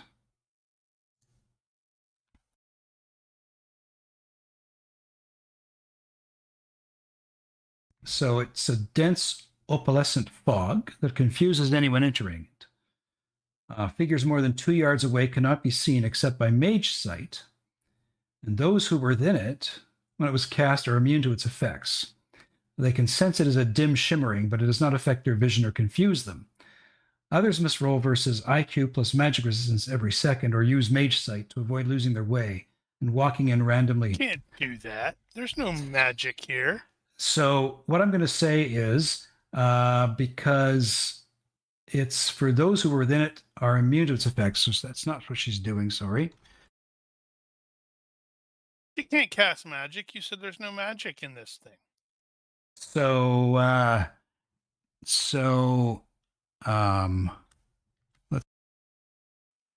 think with area spells, you can actually designate targets to... Actually, no. Ignore that.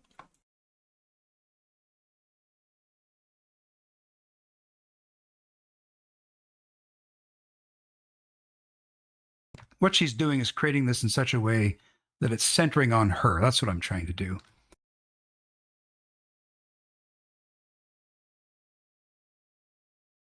So she's kind of created this mystic mist around her.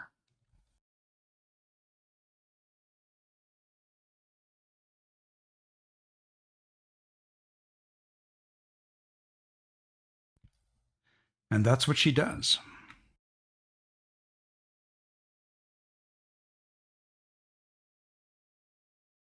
What you could do is increase her reach in the combat tracker to, is it 1, 2, 3? 3 yards. Okay. And then the red circle that is around her will should show, I think. Well, I've just increased the reach. But I don't think it's doing anything. Maybe increase her size modifier by 1 or 2 levels. There you go.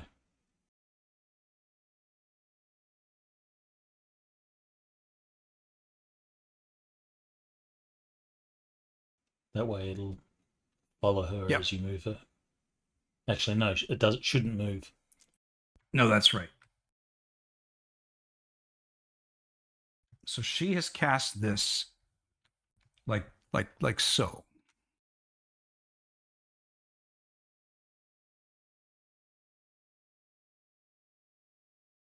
Okay, Cassandra.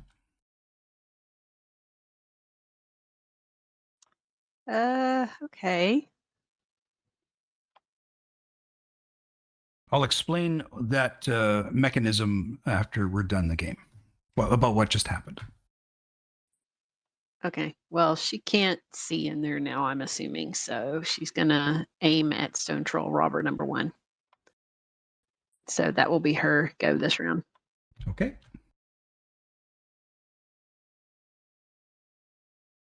Ooh, Hamlin. All right. So the fog is not around me, No. but it will be. No. It's just sitting there. Okay. That's why she said she can have other children. We should. I want to be a coward, but I'm going to take a swing at the troll robber 1.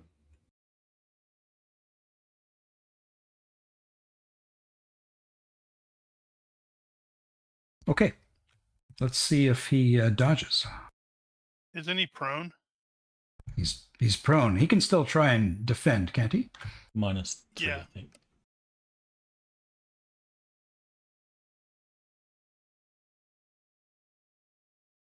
I was just trying to figure out what his stuff would. It's like you've got the.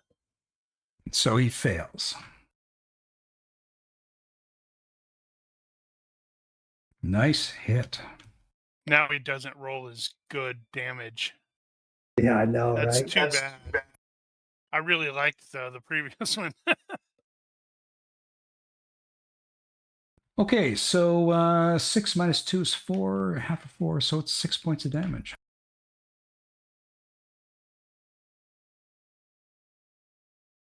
And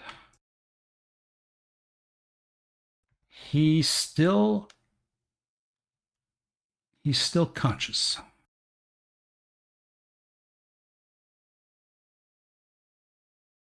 So he is lying there. He's going to try to get up onto his knees. Caladorn. Right.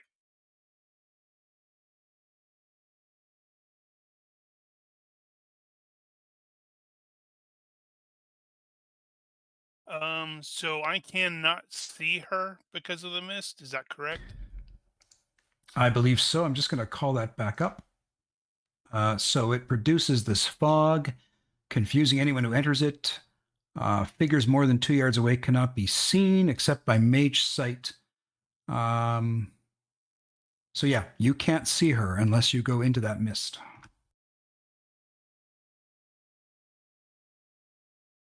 And then you have to make a project. Yep.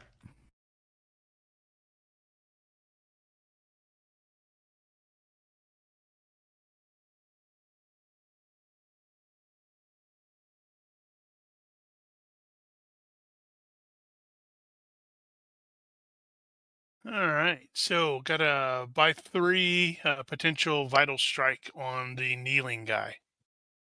Okay.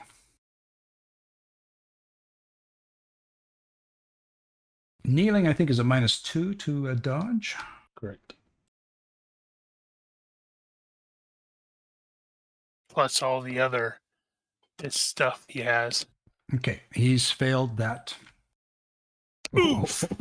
8 points of impaling. That's 6 times 3 is 18. Yep.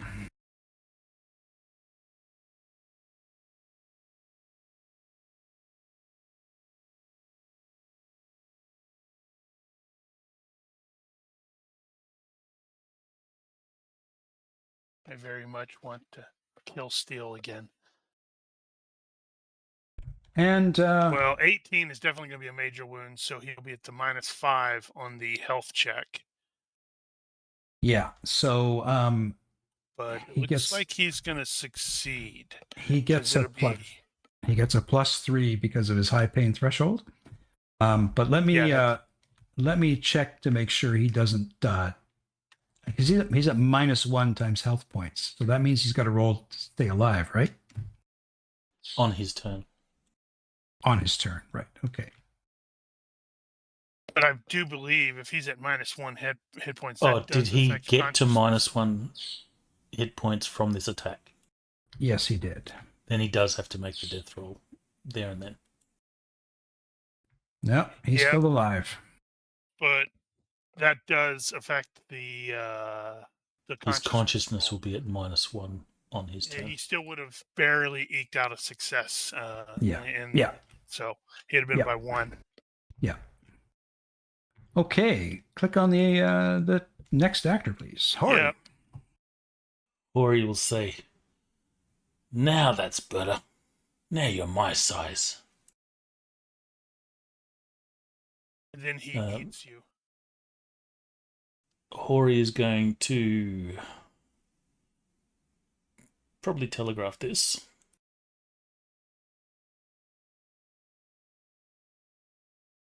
Let me see.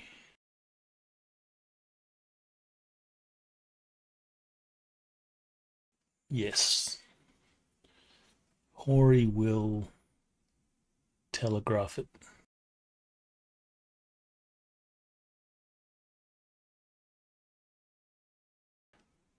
And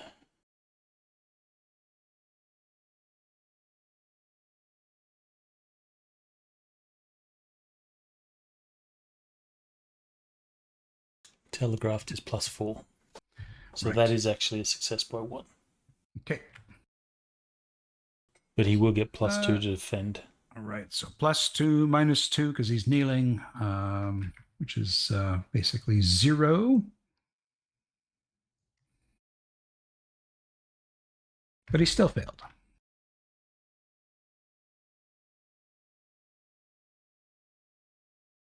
Whatever gets through is doubled. Yeah. So he'll take 10. Okay. So he's taken 51 points of injury in total. He's at -31.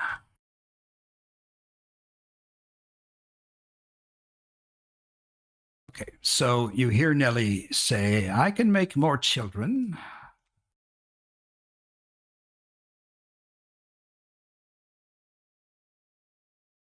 Middle Earth equivalent of TMI, ma'am. Cassandra. So, Stone Troll Robber's still awake. He's barely awake. He's reeling from his wounds. Okay, give me a sec to do mods. I was expecting him to be dead.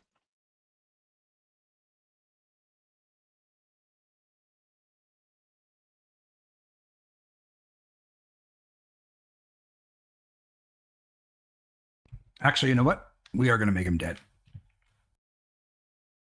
Oh, Sounds like okay. somebody just looked at his clock. We're going to make him dead. Off with his head. Okay. So, Cassandra's got her arrow knocked and ready, and she dropped her aim because he died, and now she's like, I don't know what to do with this. This is beyond her purview. So she'll take a step closer, but that's about all she's going to do. She'll still have her arrow kind of Okay. aimed towards the mist. Okay. Hamlin. Okay. I definitely don't want a piece of that fog, that mist. So, is there a way to maybe step back just a little bit, be equal with Hori, son of Nori, and provide like a little wall? Yeah. And then I want to look behind me in case I can't see. I want to know how the hall is so I can, scurry back up the hall if possible. All right. So you take a step back. Caladorn. Right. I just shot, so I have to do the thing. Success. Fast draw. So the stuff is the mist is still there. We can't see her. That's right.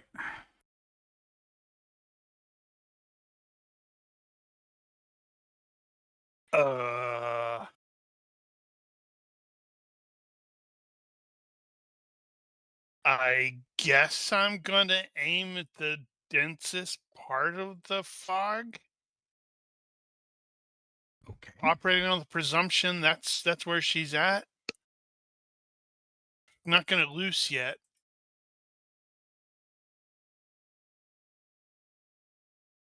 Or he will shout, she's in there somewhere, and then charge forward. And she's gonna say, "Thank you for volunteering for being my mate." And we're like, nope, nope, nope, nope. Okay. So you'll have to make a fright check when you first enter the mist.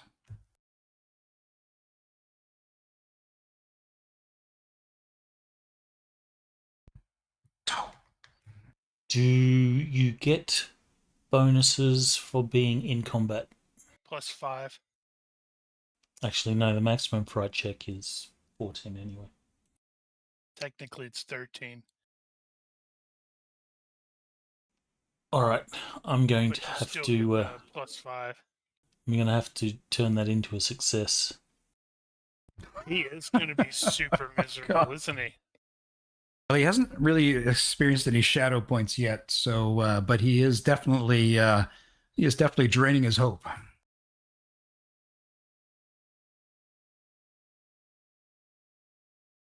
When he gets there, can he see her? Okay, so you're turning your fright check failure into a success. Okay, Yes. right. Let me just continue to go through this. I'll put it in the chat.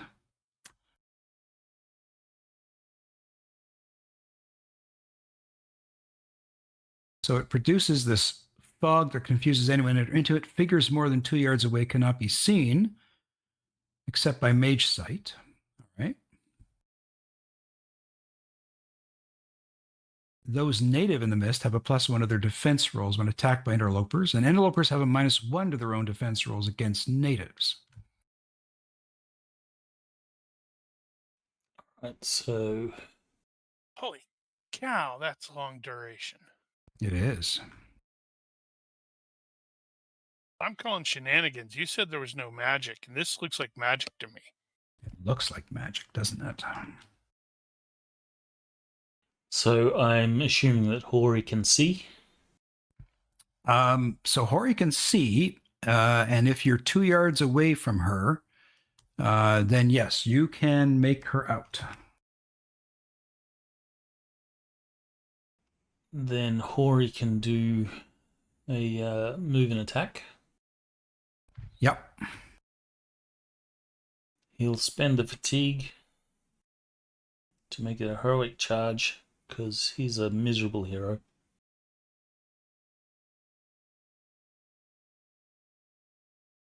And she's big like the others.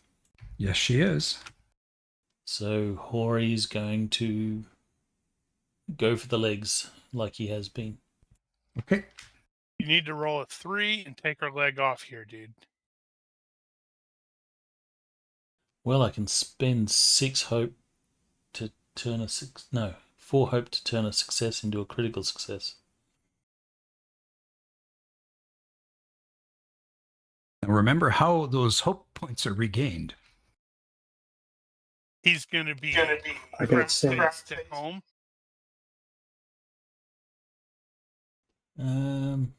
Yeah, that's a fail. Okay.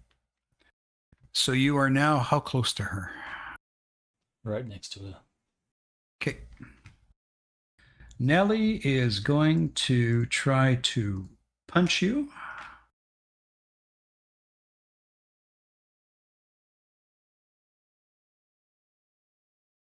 And you're at -1 to your own defense rolls. Okay. Yes.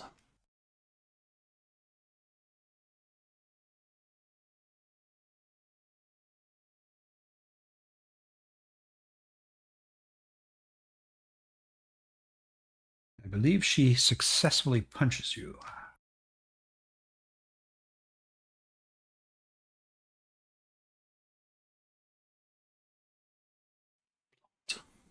Okay.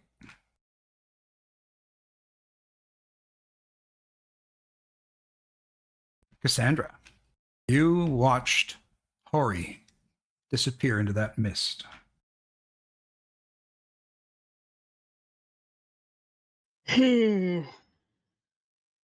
Has Caladorn let loose an arrow in there yet? He is not. Unfortunately, since I can't see in there, I think it would be treated as if she's invisible, which is like -10. So I don't think I'm going to end up doing that. Mm-hmm.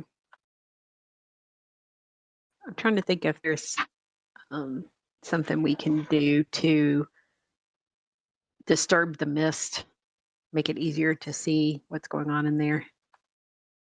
But I don't Blow know really of hard. anything. Yeah, it doesn't work like that.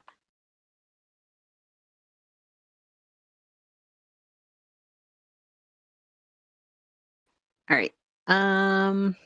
Well, shoot, I have no idea.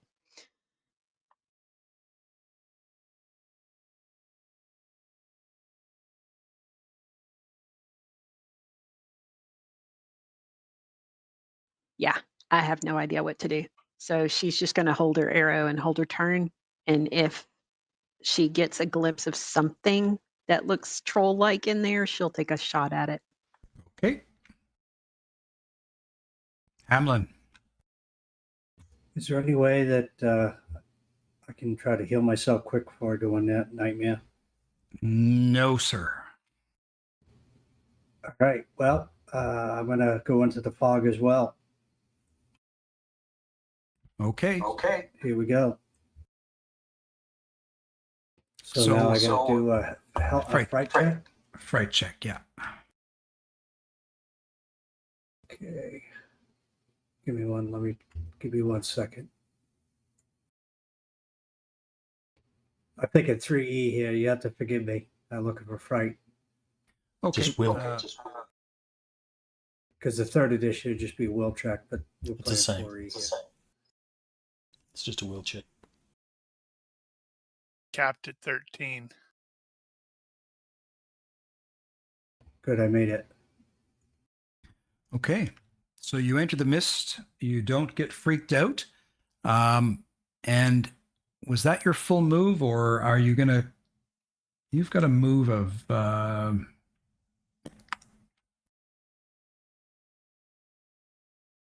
Probably 6. You've got a move of 4 because you're lightly encumbered.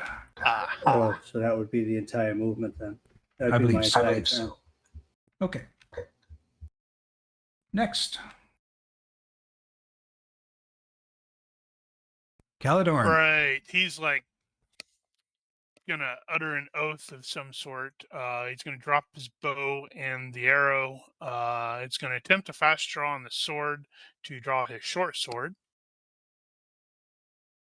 That was successful. And then he is going to take a step and ready his shield. Okay. Hori, son of Nori. I'll bring you down to size, you ugly cow. You make my mother look like a princess.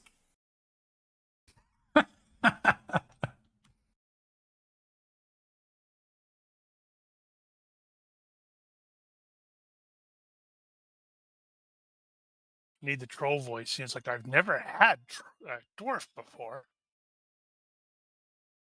Again, attacking the leg as before. Okay. And you'll be at -1 for the miss, but +1 for the size of the creature.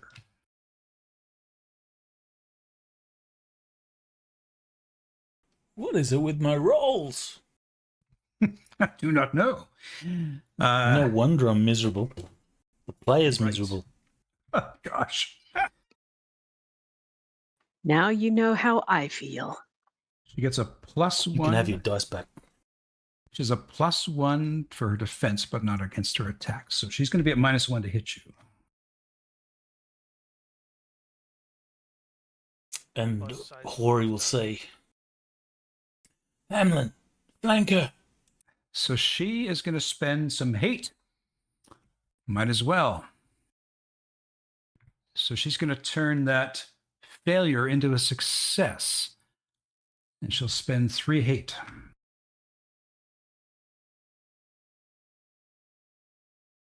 You'll have to make a dodge or a block. Ooh, so close. Oh, wait. Yeah, you're at -1 for the mist. Yep, no, that's all right. Okay. So that's... However, I needed my shield DB, so that is shield damage. Oh, okay. It's going to be funny if she shatters your shield. No, that's not going to Well- be funny at all. Yes, it is, because then you'll know to drop the hatchet and go for the great axe. 8 crushing on your shield. Shields have... Okay, leave that with me. I don't think it's going to affect anything immediately, I don't think so. but I'll look Okay. it up. Okay. Cassandra Took. Okay, well, she's going to stash away her bow and let me check her inventory. Grab her broadsword. That's actually more like a dagger, but pull it out. It's So, the short sword. yeah, whatever. We're So, both using the same size weapon, and you're like, "Look at my great broadsword," and I'm like, yep. it's a short So, sword." Shield has So- DR7, so shield takes 1 point of damage. Okay. It has 40. Okay. So stash the bow, start to reach for the sword. Okay. Do you have fast draw sword, I wonder? I don't think so. Let me check. Hamlin, No. what do you do? She only has fast draw arrow. Of course, I wouldn't know who Shrek is, but I say you're beautiful like Fiona. But I must kill you, princess. Oh my god, that's hilarious. Okay. So you have a I think that's very much a success. All right, let's see what the princess here does.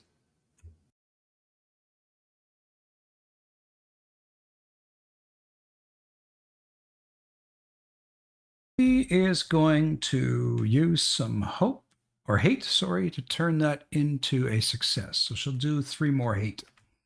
Yeah, burn all of that stuff. Get rid of it before I get over there. Okay, so you missed. You succeeded, sorry. In All right, defend. so I'm gonna have to do a moving attack. Okay, so first I'm gonna do the moving attack. I'm planning on doing a moving attack, but I'm gonna be doing it as a heroic charge. So I'm gonna go ahead and expend the fatigue. I get hearish, and I need to make the fright check.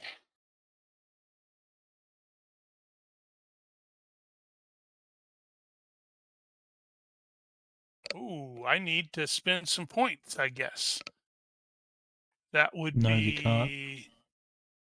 on You'd fright have to checks? spend 3 to turn a Yeah, that's success why I to. said. Yeah. That's why I said I needed to spend some points. I don't want to run away. So that's 3. Damn, I'm gonna be pretty miserable too.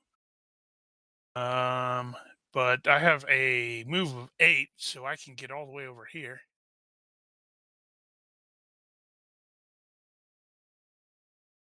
And let's see what I can do with the short sword. So she is size mod 1. That gives me that.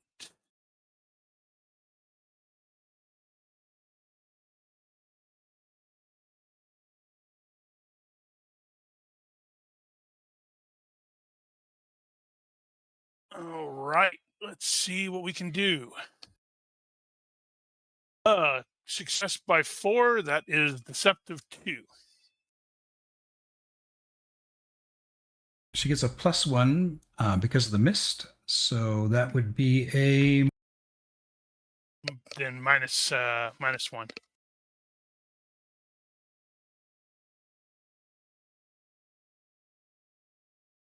fails by 2.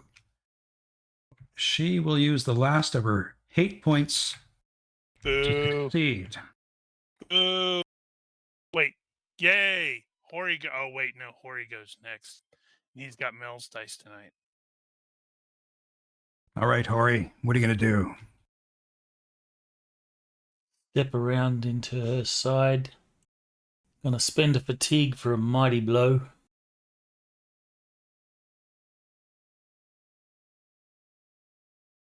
And I'll rinse and repeat.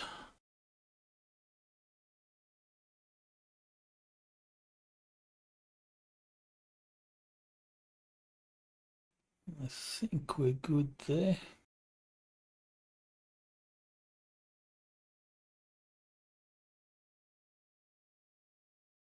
Yes. Success by 2. All right. Side hex is -2, correct? Yes. Her Plus- defense bonus will cancel out his deceptive. All right. So she'll still be at a -2. Yep. She fails. Yes. Do your damage, sir.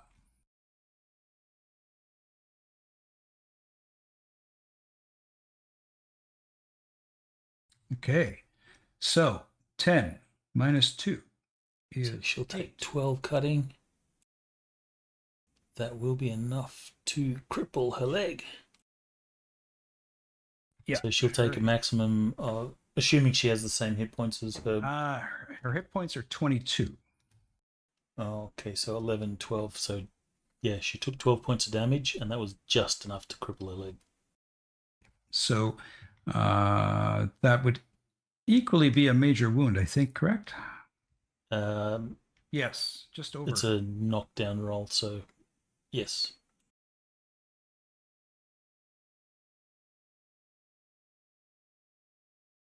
So that's for her knockdown. In terms of the being stunned, she succeeds at that, So she will fall down though. but she does go prone. Told you I'd bring you down to size. Nellie's turn. So Nellie is going to she is going to try to kneel and punch Hori. She can only kneel. Yeah, so she's going to get into sort of a kneeling and punch at you. She won't be able to attack though. Change posture doesn't allow attacks. Okay, so she's just kneeling then. Cassandra, you can hear some screaming from inside the mist. It's no screaming. It's battle cries. So she finishes readying her sword, and she's like, "Well, nothing left for it," and she'll do a full move towards the mist, Alrighty. which for her is 7, I think. Wow, you're pretty fast.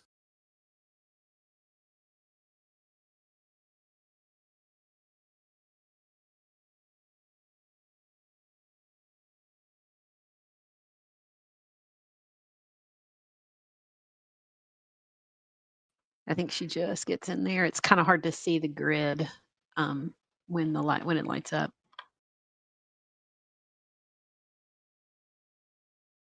Now you get to do the fright check. Yep.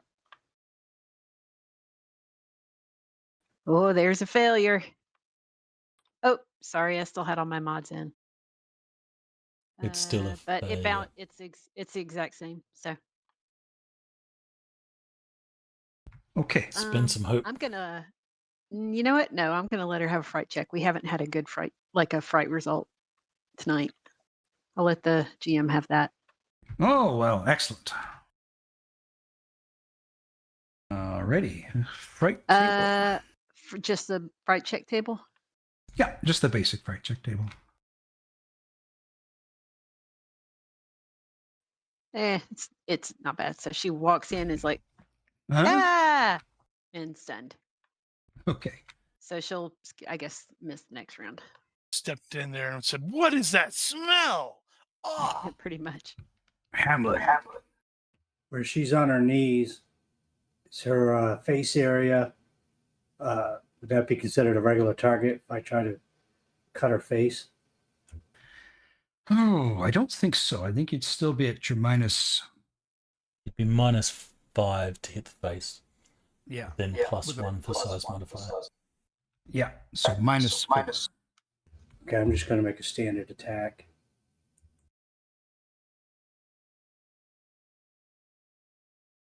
Okay. So she will try to dodge. She's at -2, but +1 for the mist.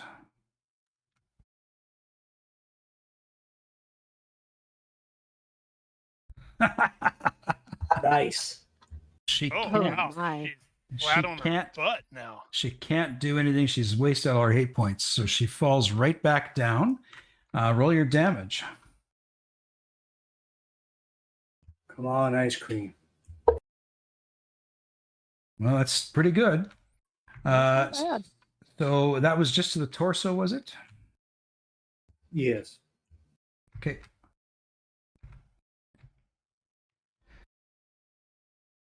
So that's 9 points of damage, I believe. 6.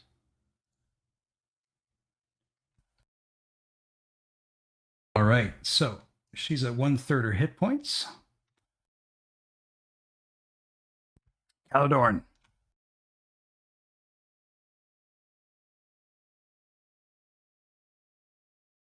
All right. To the neck. Telegraphed. She's prone. Okay. So if she's prone, she's what, means minus? Her defense is -3. She's also at half move dodge because she's lame. Yeah, she's at that because you took her down to health. And points. she's also lost a leg.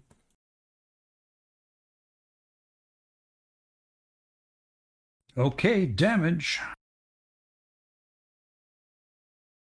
That's pretty lame. So 2 points. In total, eh?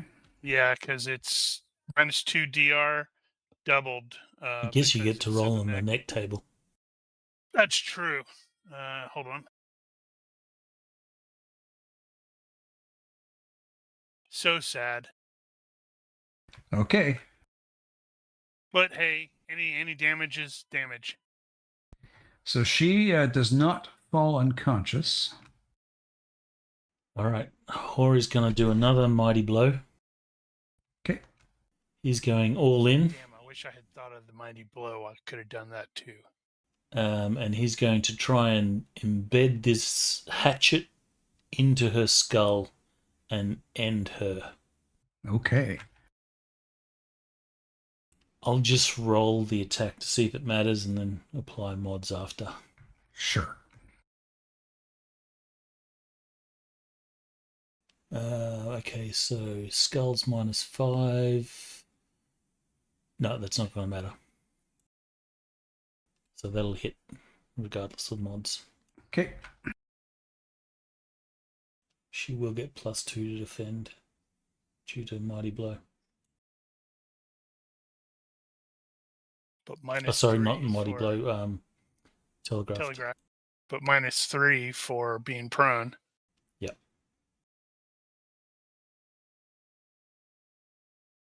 And you said she gets, so she's -3 because she's prone.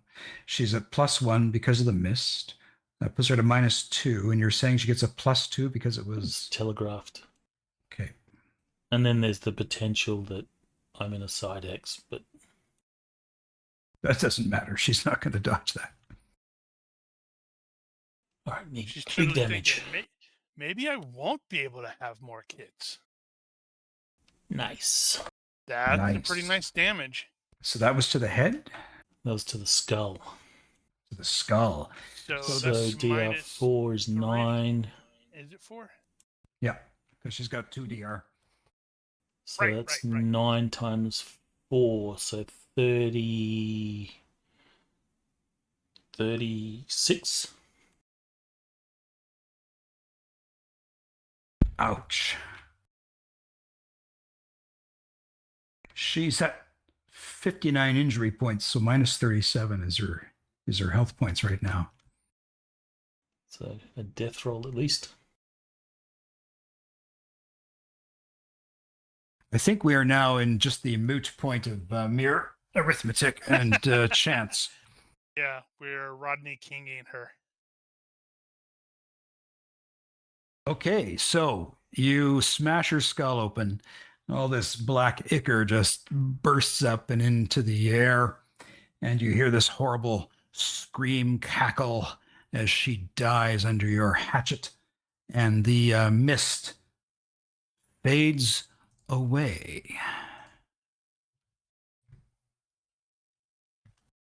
I had to bring her into the fight because I realized this will just have to go to the next session, and I don't want it to go to the next session. So there's not going to be one next week.